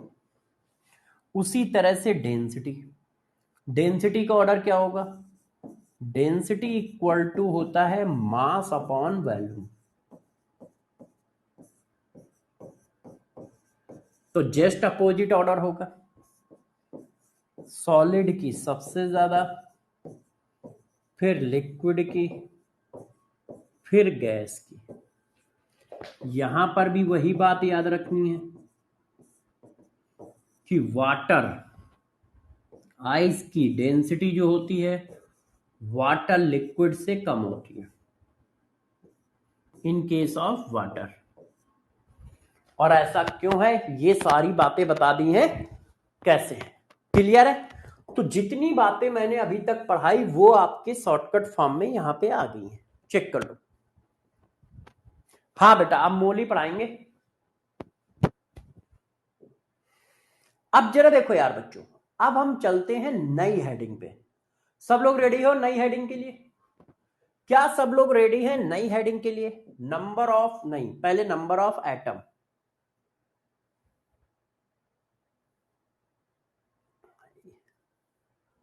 नंबर ऑफ एटम निकालना चाहते हैं कि नंबर ऑफ, पहले नंबर ऑफ एटम निकालिए, है ना। हेडिंग है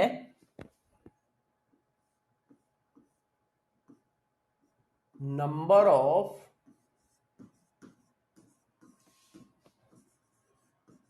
एटम्स इन वन मॉलिक्यूल। एक मॉलिक्यूल में कितने एटम होते हैं, पहले ये बात करेंगे। तो जरा देखो बच्चों, सबसे पहले मुझे मॉलिक्यूल की डिफिनीशन बताओ। कोई बच्चा बताएगा मॉलिक्यूल की डिफिनीशन क्या है?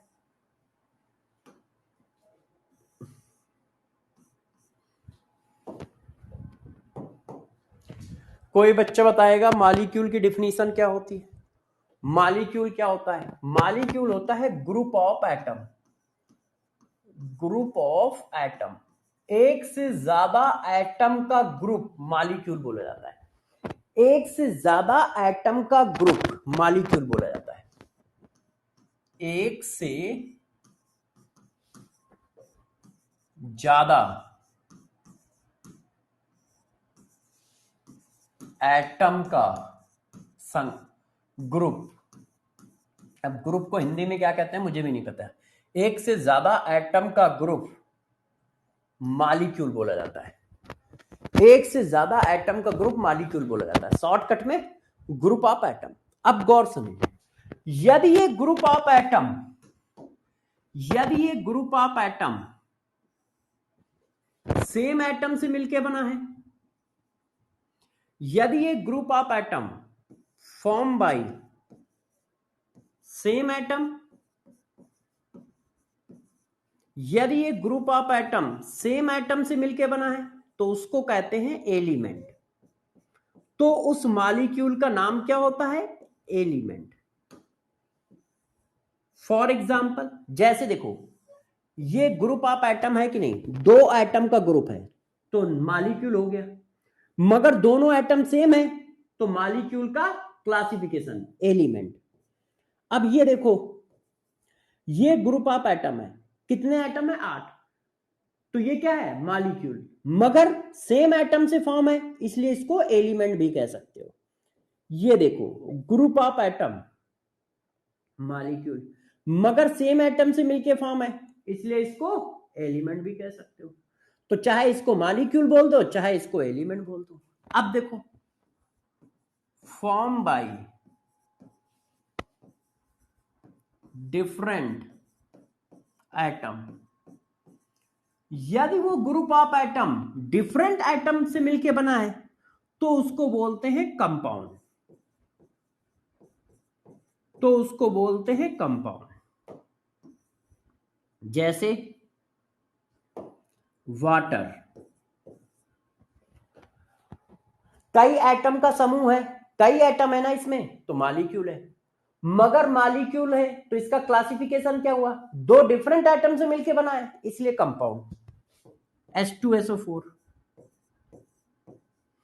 एक से ज्यादा एटम है इसलिए मॉलिक्यूल, मगर ये डिफरेंट टाइप के एटम से मिलके बना है इसलिए कंपाउंड। इसलिए कंपाउंड। ग्लूकोज, कई एटम का समूह है इसलिए मॉलिक्यूल, डिफरेंट एटम से मिलके बना है इसलिए कंपाउंड। तो देखो मॉलिक्यूल क्या होता है? एक से ज्यादा एटम जिसके पास है उसको आप मॉलिक्यूल कह सकते हो, जर्नल फॉर्म है। एक से ज्यादा एटम जिसके पास है उसको मॉलिक्यूल कह सकते हो। यदि सेम टाइप के ही सारे एटम है तो वो मॉलिक्यूल का क्लासिफिकेशन हो जाता है, उसको एलिमेंट कहते हैं। और यदि डिफरेंट टाइप के एटम से मिलके बना है वो मॉलिक्यूल तो उसको कंपाउंड कहते हैं। सेम टाइप के एटम से बने मॉलिक्यूल को एलिमेंट कहा जाता है, डिफरेंट टाइप के एटम से बने मॉलिक्यूल को कंपाउंड कहा जाता है। और मॉलिक्यूल किसको कहते हैं? एक से ज्यादा एटम जिसके पास है वो मॉलिक्यूल है। एक से ज्यादा एटम जिसके पास है वो मॉलिक्यूल है। और सेम टाइप के एटम से बने मॉलिक्यूल को एलिमेंट, डिफरेंट टाइप के एटम से बने मॉलिक्यूल को कंपाउंड कहते हैं। क्लियर है? क्लियर है सब लोग? देख लो देख लो देख लो। अच्छा ओफो यार, बच्चों में एक बड़ी टेंशन है, पीछे से आवाज मार देते हैं कि सर क्वेश्चन दे दो क्वेश्चन दे दो। तुम लोग यार पढ़ाने नहीं देते हो, पीछे से आवाज मार रहे हो कि सर क्वेश्चन दो क्वेश्चन दो। आप तो कहते हो कि हर लाइन पे क्वेश्चन कराते हैं, तो क्वेश्चन दो। यार क्या बताएं, मेरी गलती नहीं है, बच्चे कह रहे हैं क्वेश्चन दो तो मुझे देना पड़ रहा है, तो मुझे देना पड़ रहा है। कोई यदि बच्चा सोच रहा है कि नहीं यार सर जबरदस्ती दे रहे हैं क्वेश्चन, तो ना यार हम क्यों देंगे यार, ये बच्चे हैं मुझे परेशान कर रहे हैं। हम हर लाइन पे क्वेश्चन नहीं कराएंगे, मेरा प्रॉमिस है। ये इन बच्चों ने आवाज मारी है, मैं तो आगे पढ़ाने जा रहा था, कह रहे नहीं सर क्वेश्चन दो। लो भाई क्वेश्चन, है ना? लो भाई, हम क्या कर सकते हैं? यदि कोई बच्चा कहेगा तो मैं करूंगा यार, बच्चे की देखो बात तो मानूंगा। अब इसमें कुछ भी हो जाए, इसमें कुछ भी हो जाए भाई, बच्चे ने कहा है तो मुझे देना है कि नहीं? बताओ बताओ। अच्छा रुक जाओ, थोड़ा सा रुक जाओ मुन्ना, अब बताओ, अब बताओ भाई, वॉइस क्रैक हो रही है? अच्छा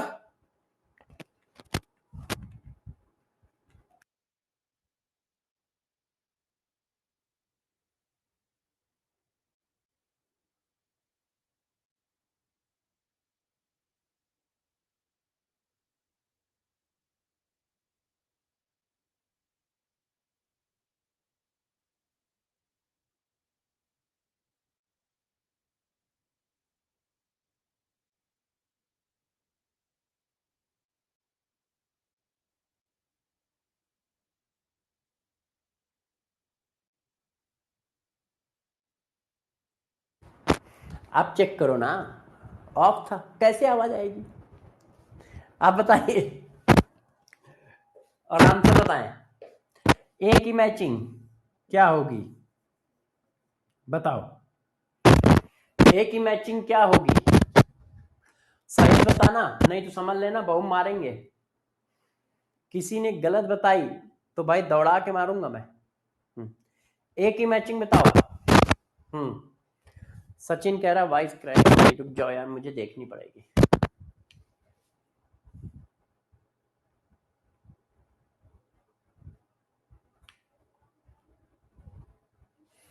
आप लोग मैचिंग बताइए। सचिन यार तुम भी ना, आंसर बताएं।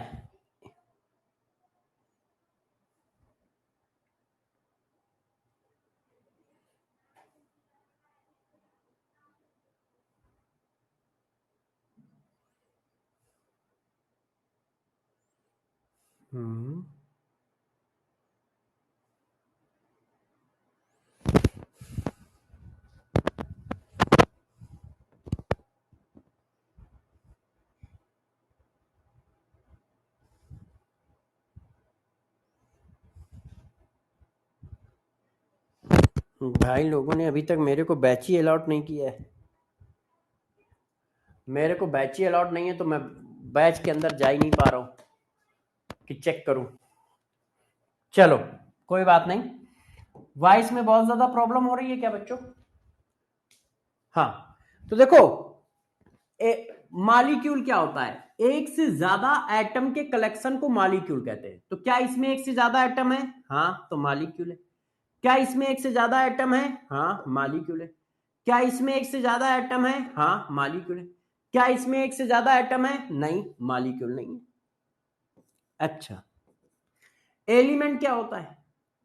एक से ज्यादा एटम हो और साथ साथ में क्या हो? एक से ज्यादा एटम हो और साथ साथ में कैसा हो? सेम एटम हो। सेम एटम किसमें?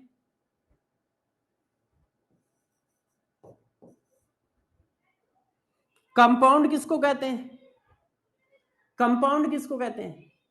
एक से ज्यादा एटम हो मगर एटम क्या हो? डिफरेंट। एक से ज्यादा एटम हो मगर एटम क्या हो? डिफरेंट। एक से ज्यादा एटम हो मगर एटम क्या हो? डिफरेंट। डिफरेंट इसमें है। अच्छा, अब हम लोग बात कर रहे थे number of atoms in one molecule. तो अभी मैंने मॉलिक्यूल पढ़ लिया, एलिमेंट पढ़ लिया और कंपाउंड पढ़ लिया। अब जरा इस पर थोड़ा सा डिटेल ले लेते हैं। कोई बच्चा मुझे बताएगा इस बात का मतलब क्या है? यदि वाटर का फार्मूला ये है तो ये क्या बता रहा है बताओ? ये बता रहा है कि वाटर का एक मॉलिक्यूल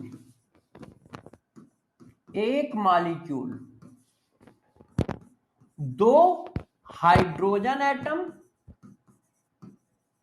और एक ऑक्सीजन एटम से मिलकर बना है।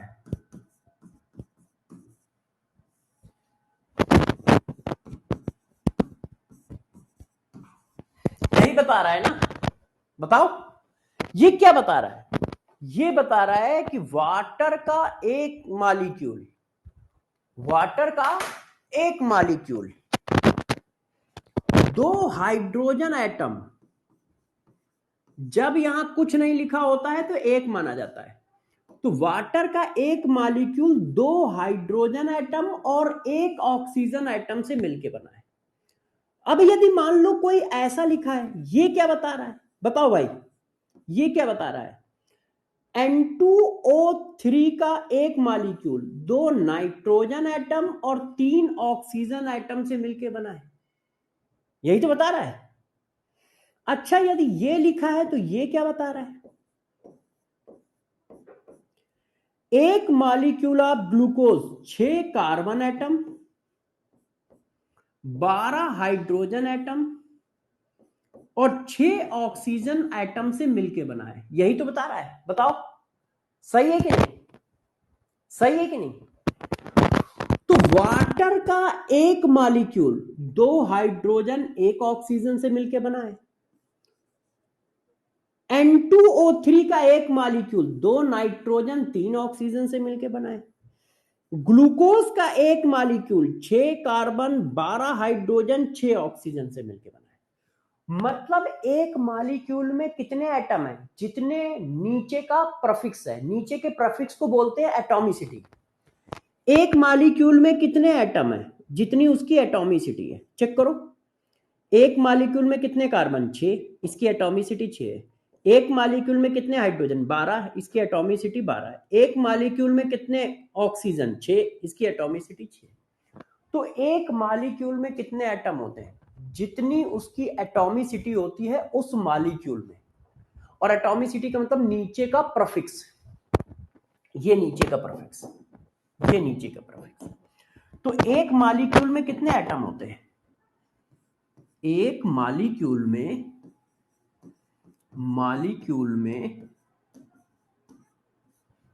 कितने एटम होते हैं? एक मॉलिक्यूल में एटॉमिसिटी के बराबर एटम होते हैं। एटॉमिसिटी ऑफ एटम के बराबर इक्वल एटम होते हैं। एक मॉलिक्यूल में कितने एटम होते हैं? जितनी उसकी एटॉमिसिटी है। एटॉमिसिटी का मतलब नीचे वाला प्रफिक्स।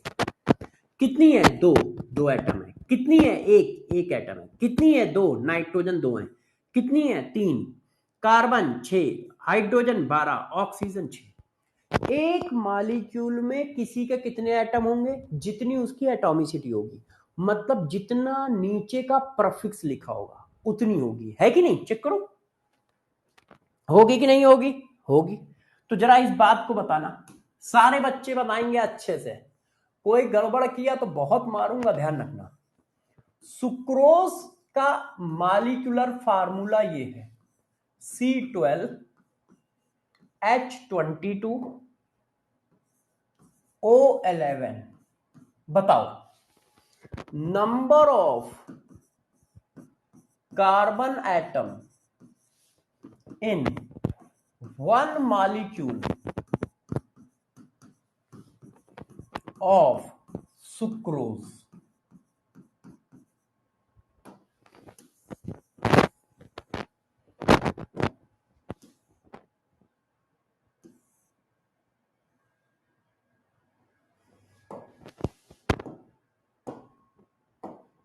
बताओ, number of carbon atom in one molecule of sucrose कितना लिखा जाए? सारे लोग बताए। Number of carbon atom in one molecule of sucrose. एक मॉलिक्यूल में कितने एटम? जितनी उसकी एटॉमिसिटी। तो कार्बन के कितने एटम है? 12। क्यों? एटॉमिसिटी 12 है। एक मॉलिक्यूल में कितने हाइड्रोजन एटम? 22। क्यों? एटॉमिसिटी कितनी है? 22। एक मॉलिक्यूल में कितने ऑक्सीजन एटम? 11। क्यों? एटॉमिसिटी कितनी है? 11। बताइए, एक मॉलिक्यूल सुक्रोज में कितने कार्बन? एक मॉलिक्यूल सुक्रोज में कितने कार्बन? 12। एक मॉलिक्यूल सुक्रोज में कितने हाइड्रोजन? 22। एक मॉलिक्यूल सुक्रोज में कितने ऑक्सीजन? 11 है। अच्छा, कभी कभी हम परेशान करने के लिए ऐसा भी लिखेंगे, देखना। जैसे ये लिख दिया, ये ऑक्जेलिक एसिड है, सॉरी,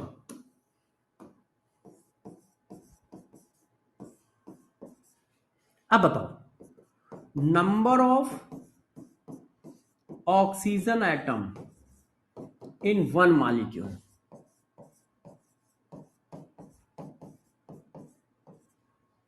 ए 2, बी 4, सी 3, डी 1।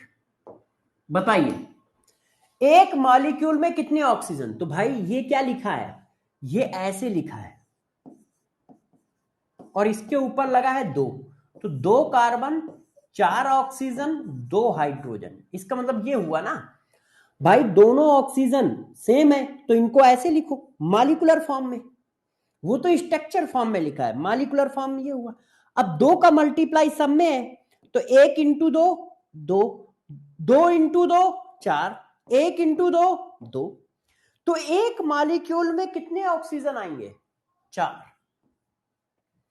भाई ये ऐसे लिख गया ना, एक कार्बन दो ऑक्सीजन एक हाइड्रोजन, और फिर तुमने लगा रखा है ट्वाइस, ट्वाइस का मतलब दो का मल्टीप्लाई, तो दो का मल्टीप्लाई एक इंटू दो दो, दो इंटू दो चार, दो इंटू एक दो, तो ऑक्सीजन कितने आए? 4। एक मॉलिक्यूल में कितने ऑक्सीजन एटम? 4। क्या ये बात सही है? बताओ, ये बात समझ में आ रही है सबको? ये बात क्यों नहीं लिया, ये बात क्यों नहीं किया? क्या ये सबको समझ में आ रही है? यस या नो बोलो सब लोग, यस या नो? अच्छा चलो फिर, जब जिद कर रहे हो तो ये बताओ, जब जिद कर रहे हो तो ये बताओ, बताना। Na2B4O7, बताओ नंबर ऑफ बोरान एटम कितने हैं इसमें इन बोरेक्स, ये बोरेक्स का फार्मूला है Na2B4O7.5H2। Number of boron in borax कितने हैं बताओ भाई सब लोग, बताओ बताओ, जल्दी जल्दी आंसर दो, जल्दी जल्दी आंसर दीजिए। यस 4। अच्छा अब मैं चेंज कर रहा हूं, डरना नहीं, ठीक है, चेंज करता जाऊंगा। Number of oxygen atom in borax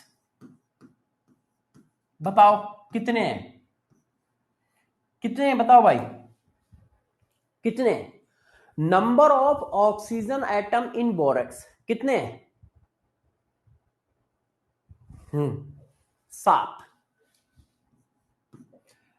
atomicity 4 है तो 4 है, एटॉमिसिटी 7 है तो 7 है। अच्छा अब मैंने इसी क्वेश्चन को थोड़ा चेंज कर दिया, Na2B4O7.5H2। अब मैंने कहा number of oxygen atom in one molecule, पूरे एक मॉलिक्यूल में कितने ऑक्सीजन है? 7, 5, 12, 4, बताओ। अब देखो 7 तो ये है, प्लस यहां पर देखो एक मॉलिक्यूल में एक है, मॉलिक्यूल कितने हैं? 5, एक मॉलिक्यूल में एक, तो 5 मॉलिक्यूल में 5, तो टोटल एक मॉलिक्यूल में 12 है ना। पूरे एक मॉलिक्यूल में कितने ऑक्सीजन है? इसमें है 7, और यहां पे कितने हैं? एक, एक वाटर में एक, 5 वाटर में 5, तो टोटल कितने हैं? 12।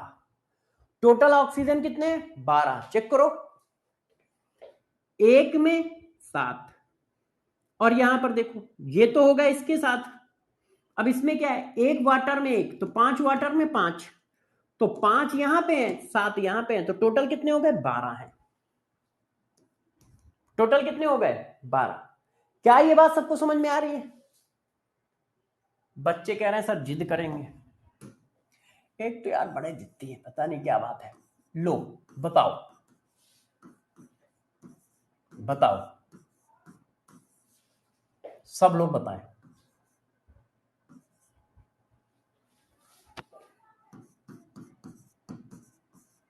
Number of hydrogen atom in one molecule बताइए, number of hydrogen atom in one molecule.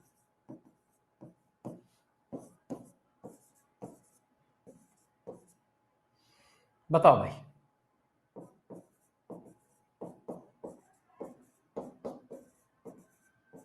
बताइए, सारे लोग बताएं कितने हाइड्रोजन एटम है।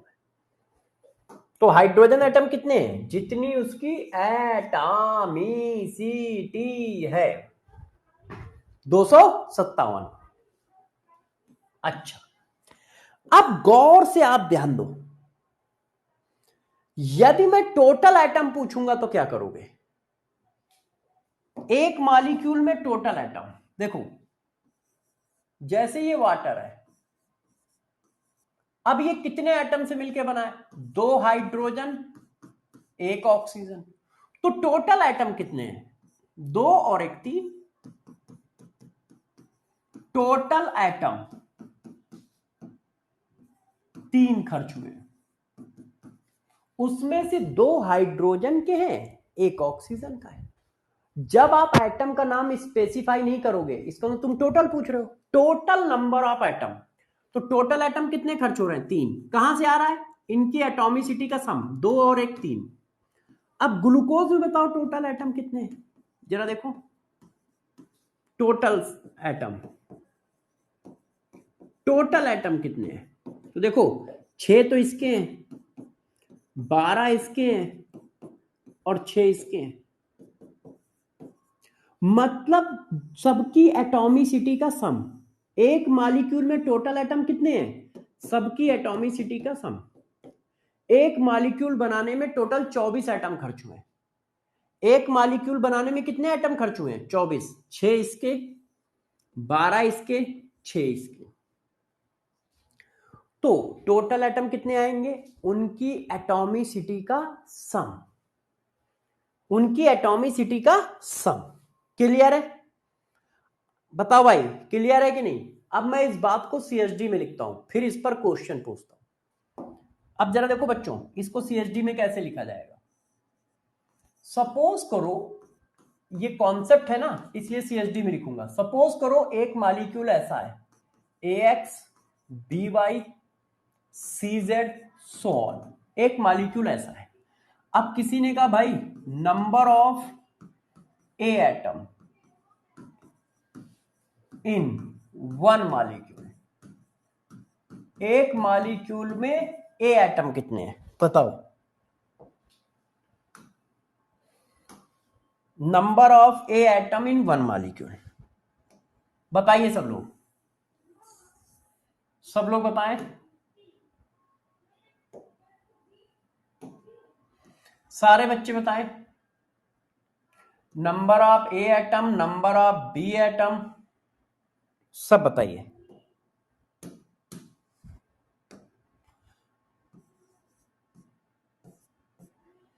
नंबर ऑफ ए एटम, तो किसी भी मॉलिक्यूल में कितने एटम होते हैं? जितनी उसकी एटॉमिसिटी। तो एक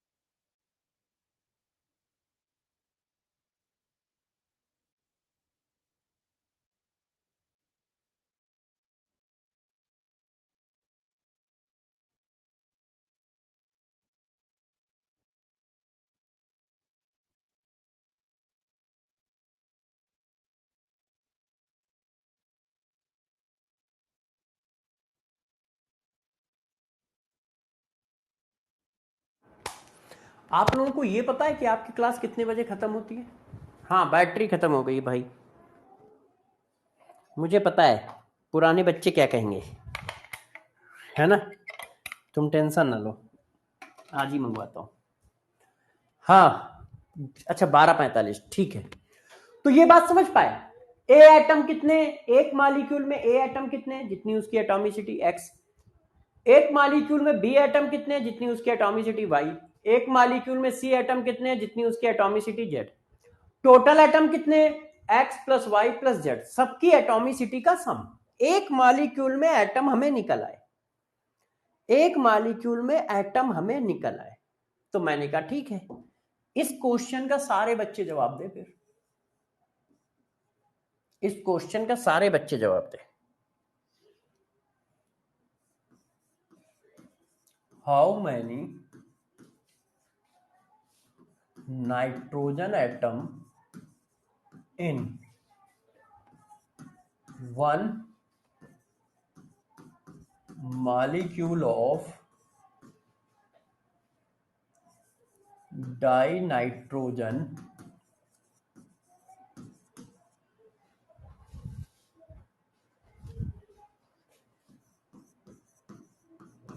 pentaoxide।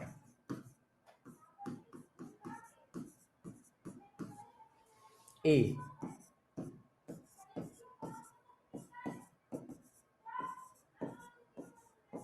बताइए, बताइए सारे लोग, how many nitrogen atom in one molecule of dinitrogen pentaoxide. तो भाई नाइट्रोजन के कितने एटम है? दो। तो दो। नाइट्रोजन कितने एटम है? दो। तो दो। सिंपल सी बात है। Yes yes.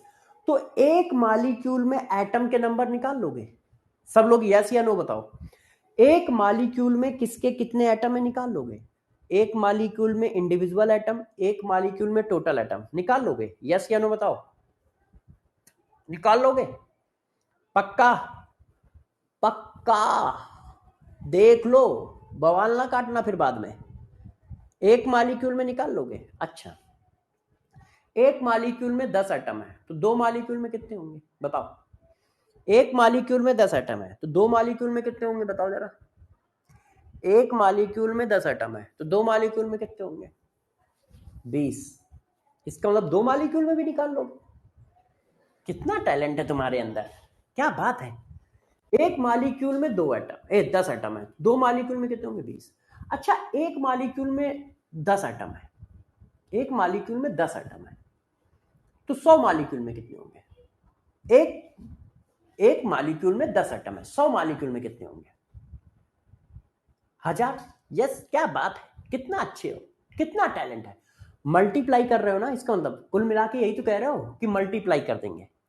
एक मॉलिक्यूल में 10 है, तो 1000 में पूछोगे तो 1000 का मल्टीप्लाई, दो में पूछोगे तो 2 का मल्टीप्लाई, लाख में पूछेंगे तो लाख का मल्टीप्लाई। एक मॉलिक्यूल में 10 एटम है, तो जरा बताना 3 इंटू 10 की पावर 6 मॉलिक्यूल में कितने एटम होंगे?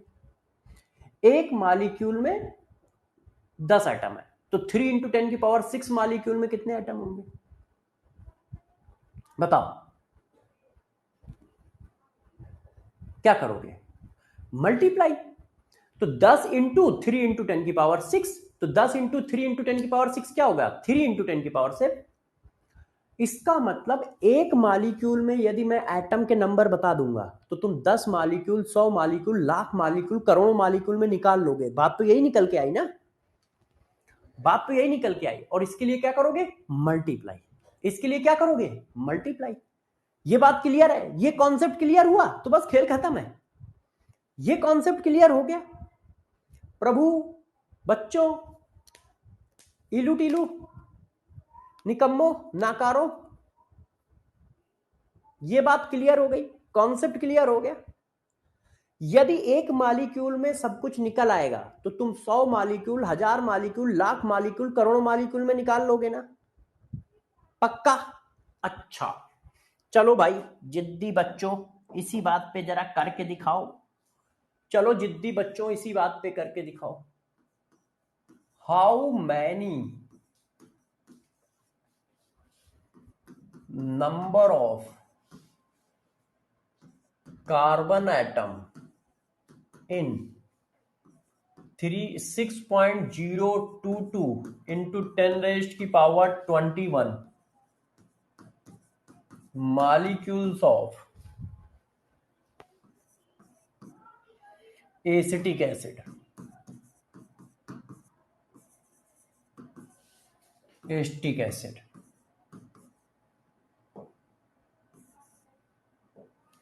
एसिटिक एसिड क्या होता है? C2H4O2। अरे मुन्ना, इसी को मैंने मालिकुलर फॉर्म में लिख दिया है। डरना नहीं जो रोने धोने लगो। ये ऑक्सीजन है, ऑक्सीजन। बताओ।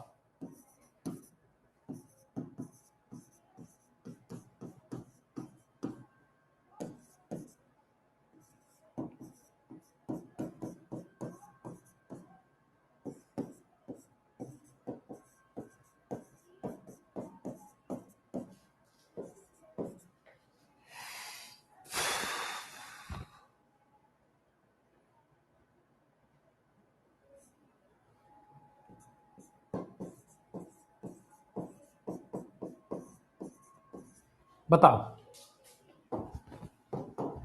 सब लोग आंसर दो। तो भाई वो पूछ रहा है इतने मॉलिक्यूल में कितने कार्बन, तो एक मॉलिक्यूल में कितना है? एक मॉलिक्यूल में कितना है? जितनी उसकी एटॉमिसिटी, 2। या यहां से काउंट कर लो, 1 और 1 2। एक मॉलिक्यूल में 2 है तो इतने मॉलिक्यूल में कितने होंगे? एक मॉलिक्यूल में 2 है तो 2 दूनी 4, 2 दूनी 4, 0, 6 दूनी 12। इतने मॉलिक्यूल में कितने होंगे? क्या ये सही है? हाँ, CHD भी लिख देंगे। क्या ये सही है, पहले ये बताओ, क्या ये सही है? अच्छा, सही है तो बताओ भाई।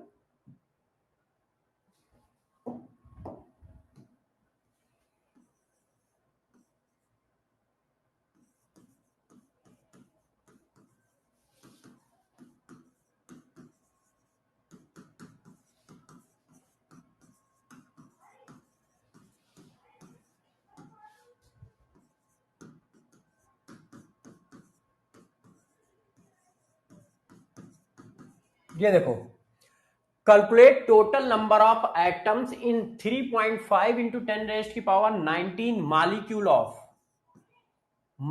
Of H2SO4। बताओ।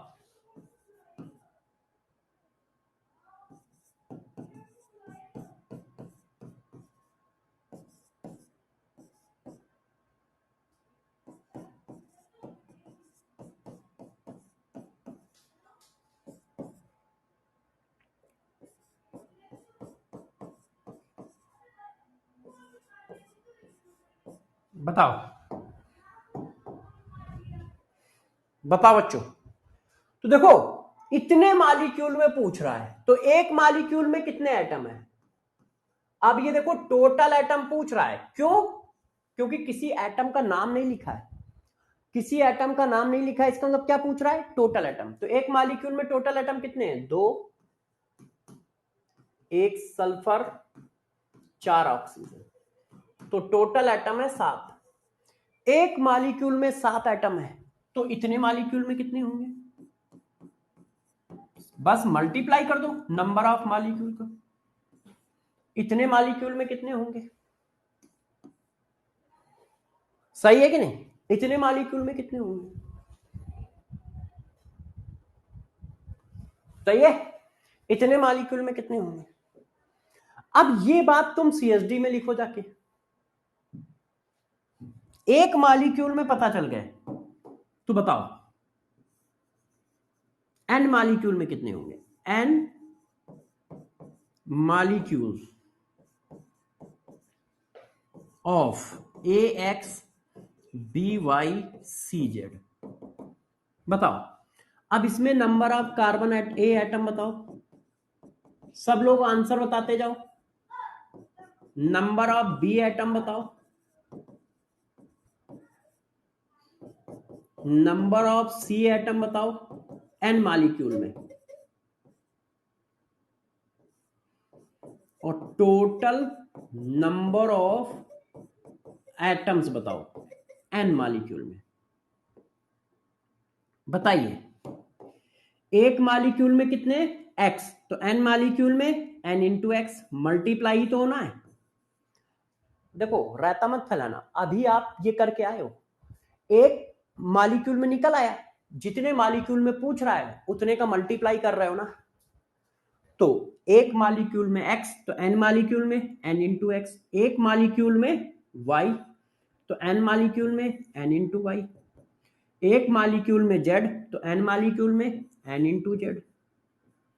एक मॉलिक्यूल में कितने atom, x plus Y plus z, तो n मॉलिक्यूल में मल्टीप्लाई। एक मॉलिक्यूल में कितने atom, x plus Y plus z, इन तो n में इंटू एन इंटू एन। क्या ये कॉन्सेप्ट मैंने कैसे लिखा है ये समझ पाए हो? ये जो मैंने कॉन्सेप्ट लिखे हैं ये समझ पाए हो कैसे लिखे हैं? क्या सभी बच्चों को सारी बातें क्लियर हैं? यस या नो? यदि यदि यदि यस है तो एक बार जरा तहलका मचा दो, लाल पीला नीला हरा कर दो सब कुछ। ये सारे कॉन्सेप्ट समझ पाए मैंने कैसे लिखे सीएसडी में? सारे कॉन्सेप्ट समझ पा रहे हो कैसे लिखे समझ में? मजा आ गया? सीएसडी सेट है।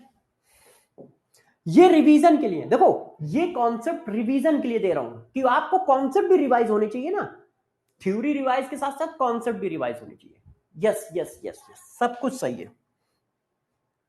तो एक मॉलिक्यूल में डिफरेंट टाइप के एटम निकालना सीख गए, और नंबर ऑफ मॉलिक्यूल में भी डिफरेंट टाइप के एटम निकालना सीख गए। इतनी बात तो सीख गए हो ना? एक मॉलिक्यूल में सारे एटम निकाल दोगे, निकाल दोगे।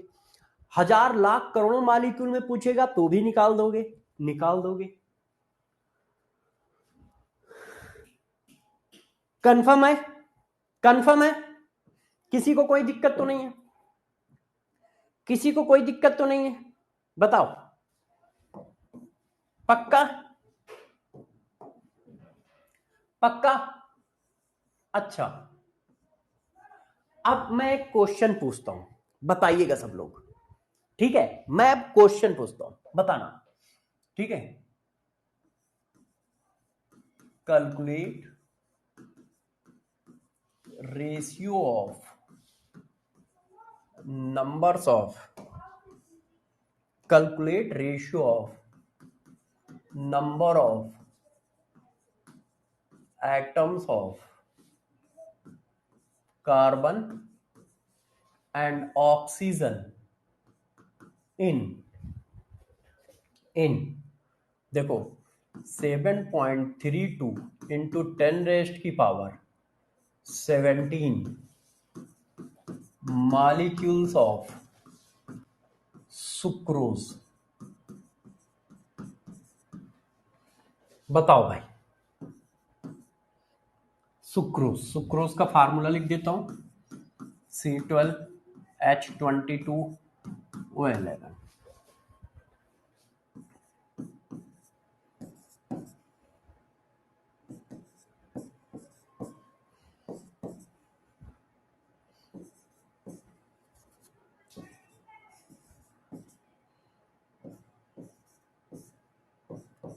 बताओ,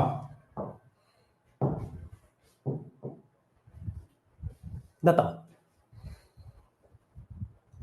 अब मैंने क्वेश्चन की लैंग्वेज को घुमाया है, क्वेश्चन बहुत सिंपल है, लैंग्वेज को घुमाया।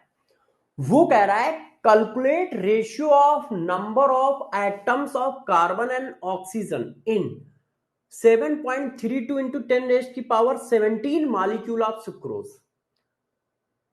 तो देखो, किसी मॉलिक्यूल के अंदर एटम का जो रेशियो होता है वो जो एक मॉलिक्यूल में होता है वही 10,000 मॉलिक्यूल में होगा, वही 20,000 मॉलिक्यूल में होगा। जैसे अभी कितना रेशियो है चेक करो, एक मॉलिक्यूल में कितना रेशियो है, number of carbon atom, number of oxygen atom. एक मॉलिक्यूल में क्या रेशियो है, तो एक मॉलिक्यूल में है 12 डिवाइडेड बाई 11, तो लाख करोड़ मॉलिक्यूल में भी यही होगा। क्यों? देख लो, एक मॉलिक्यूल में कितने कार्बन, इतने, तो इतने मॉलिक्यूल में कितने कार्बन,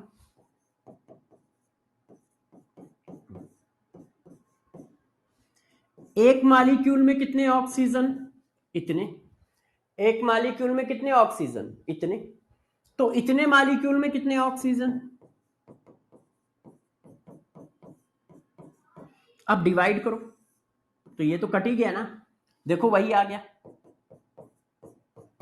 तो ऐसे क्वेश्चनों को सॉल्व मत करना कि पता चला तुम सॉल्व कर रहे हो। जो एक मॉलिक्यूल में रेशियो है वही 1000 लाख करोड़ मॉलिक्यूल में होगा। तो एक मॉलिक्यूल में रेशियो क्या है? 12 डिवाइडेड बाई 11। तो अब मैं किसी भी नंबर में पूछूं यही रेशियो आएगा, किसी भी नंबर में पूछूं यही रेशियो आएगा। ध्यान रखिए, किसी भी नंबर में पूछूं यही रेशियो आएगा। क्लियर है सबको? क्या ये बात सबको क्लियर हुई? क्वेश्चन के थ्रू मैंने क्लियर की है। क्या ये बात सबको क्लियर हुई? तो क्या आज की कहानी इसी जगह पे खत्म की जाए? क्या आज की कहानी इसी जगह पे खत्म की जाए? कल सारे बच्चे तैयारी करके आइएगा। जो आज पढ़ाया है उसका टेस्ट होगा, तो क्लास में घुसने से पहले नोटबुक में वो सारे कॉन्सेप्ट रिवाइज कर लीजिएगा। और कॉन्सेप्ट के फॉर्म में क्या रिवाइज करना है? चाहो तो पूरी नोटबुक रिवाइज कर लो। यदि नोटबुक रिवाइज नहीं हो पा रही है तो भैया ये वाला पोर्शन तो रिवाइज ही कर लो, सीएसडी वाला।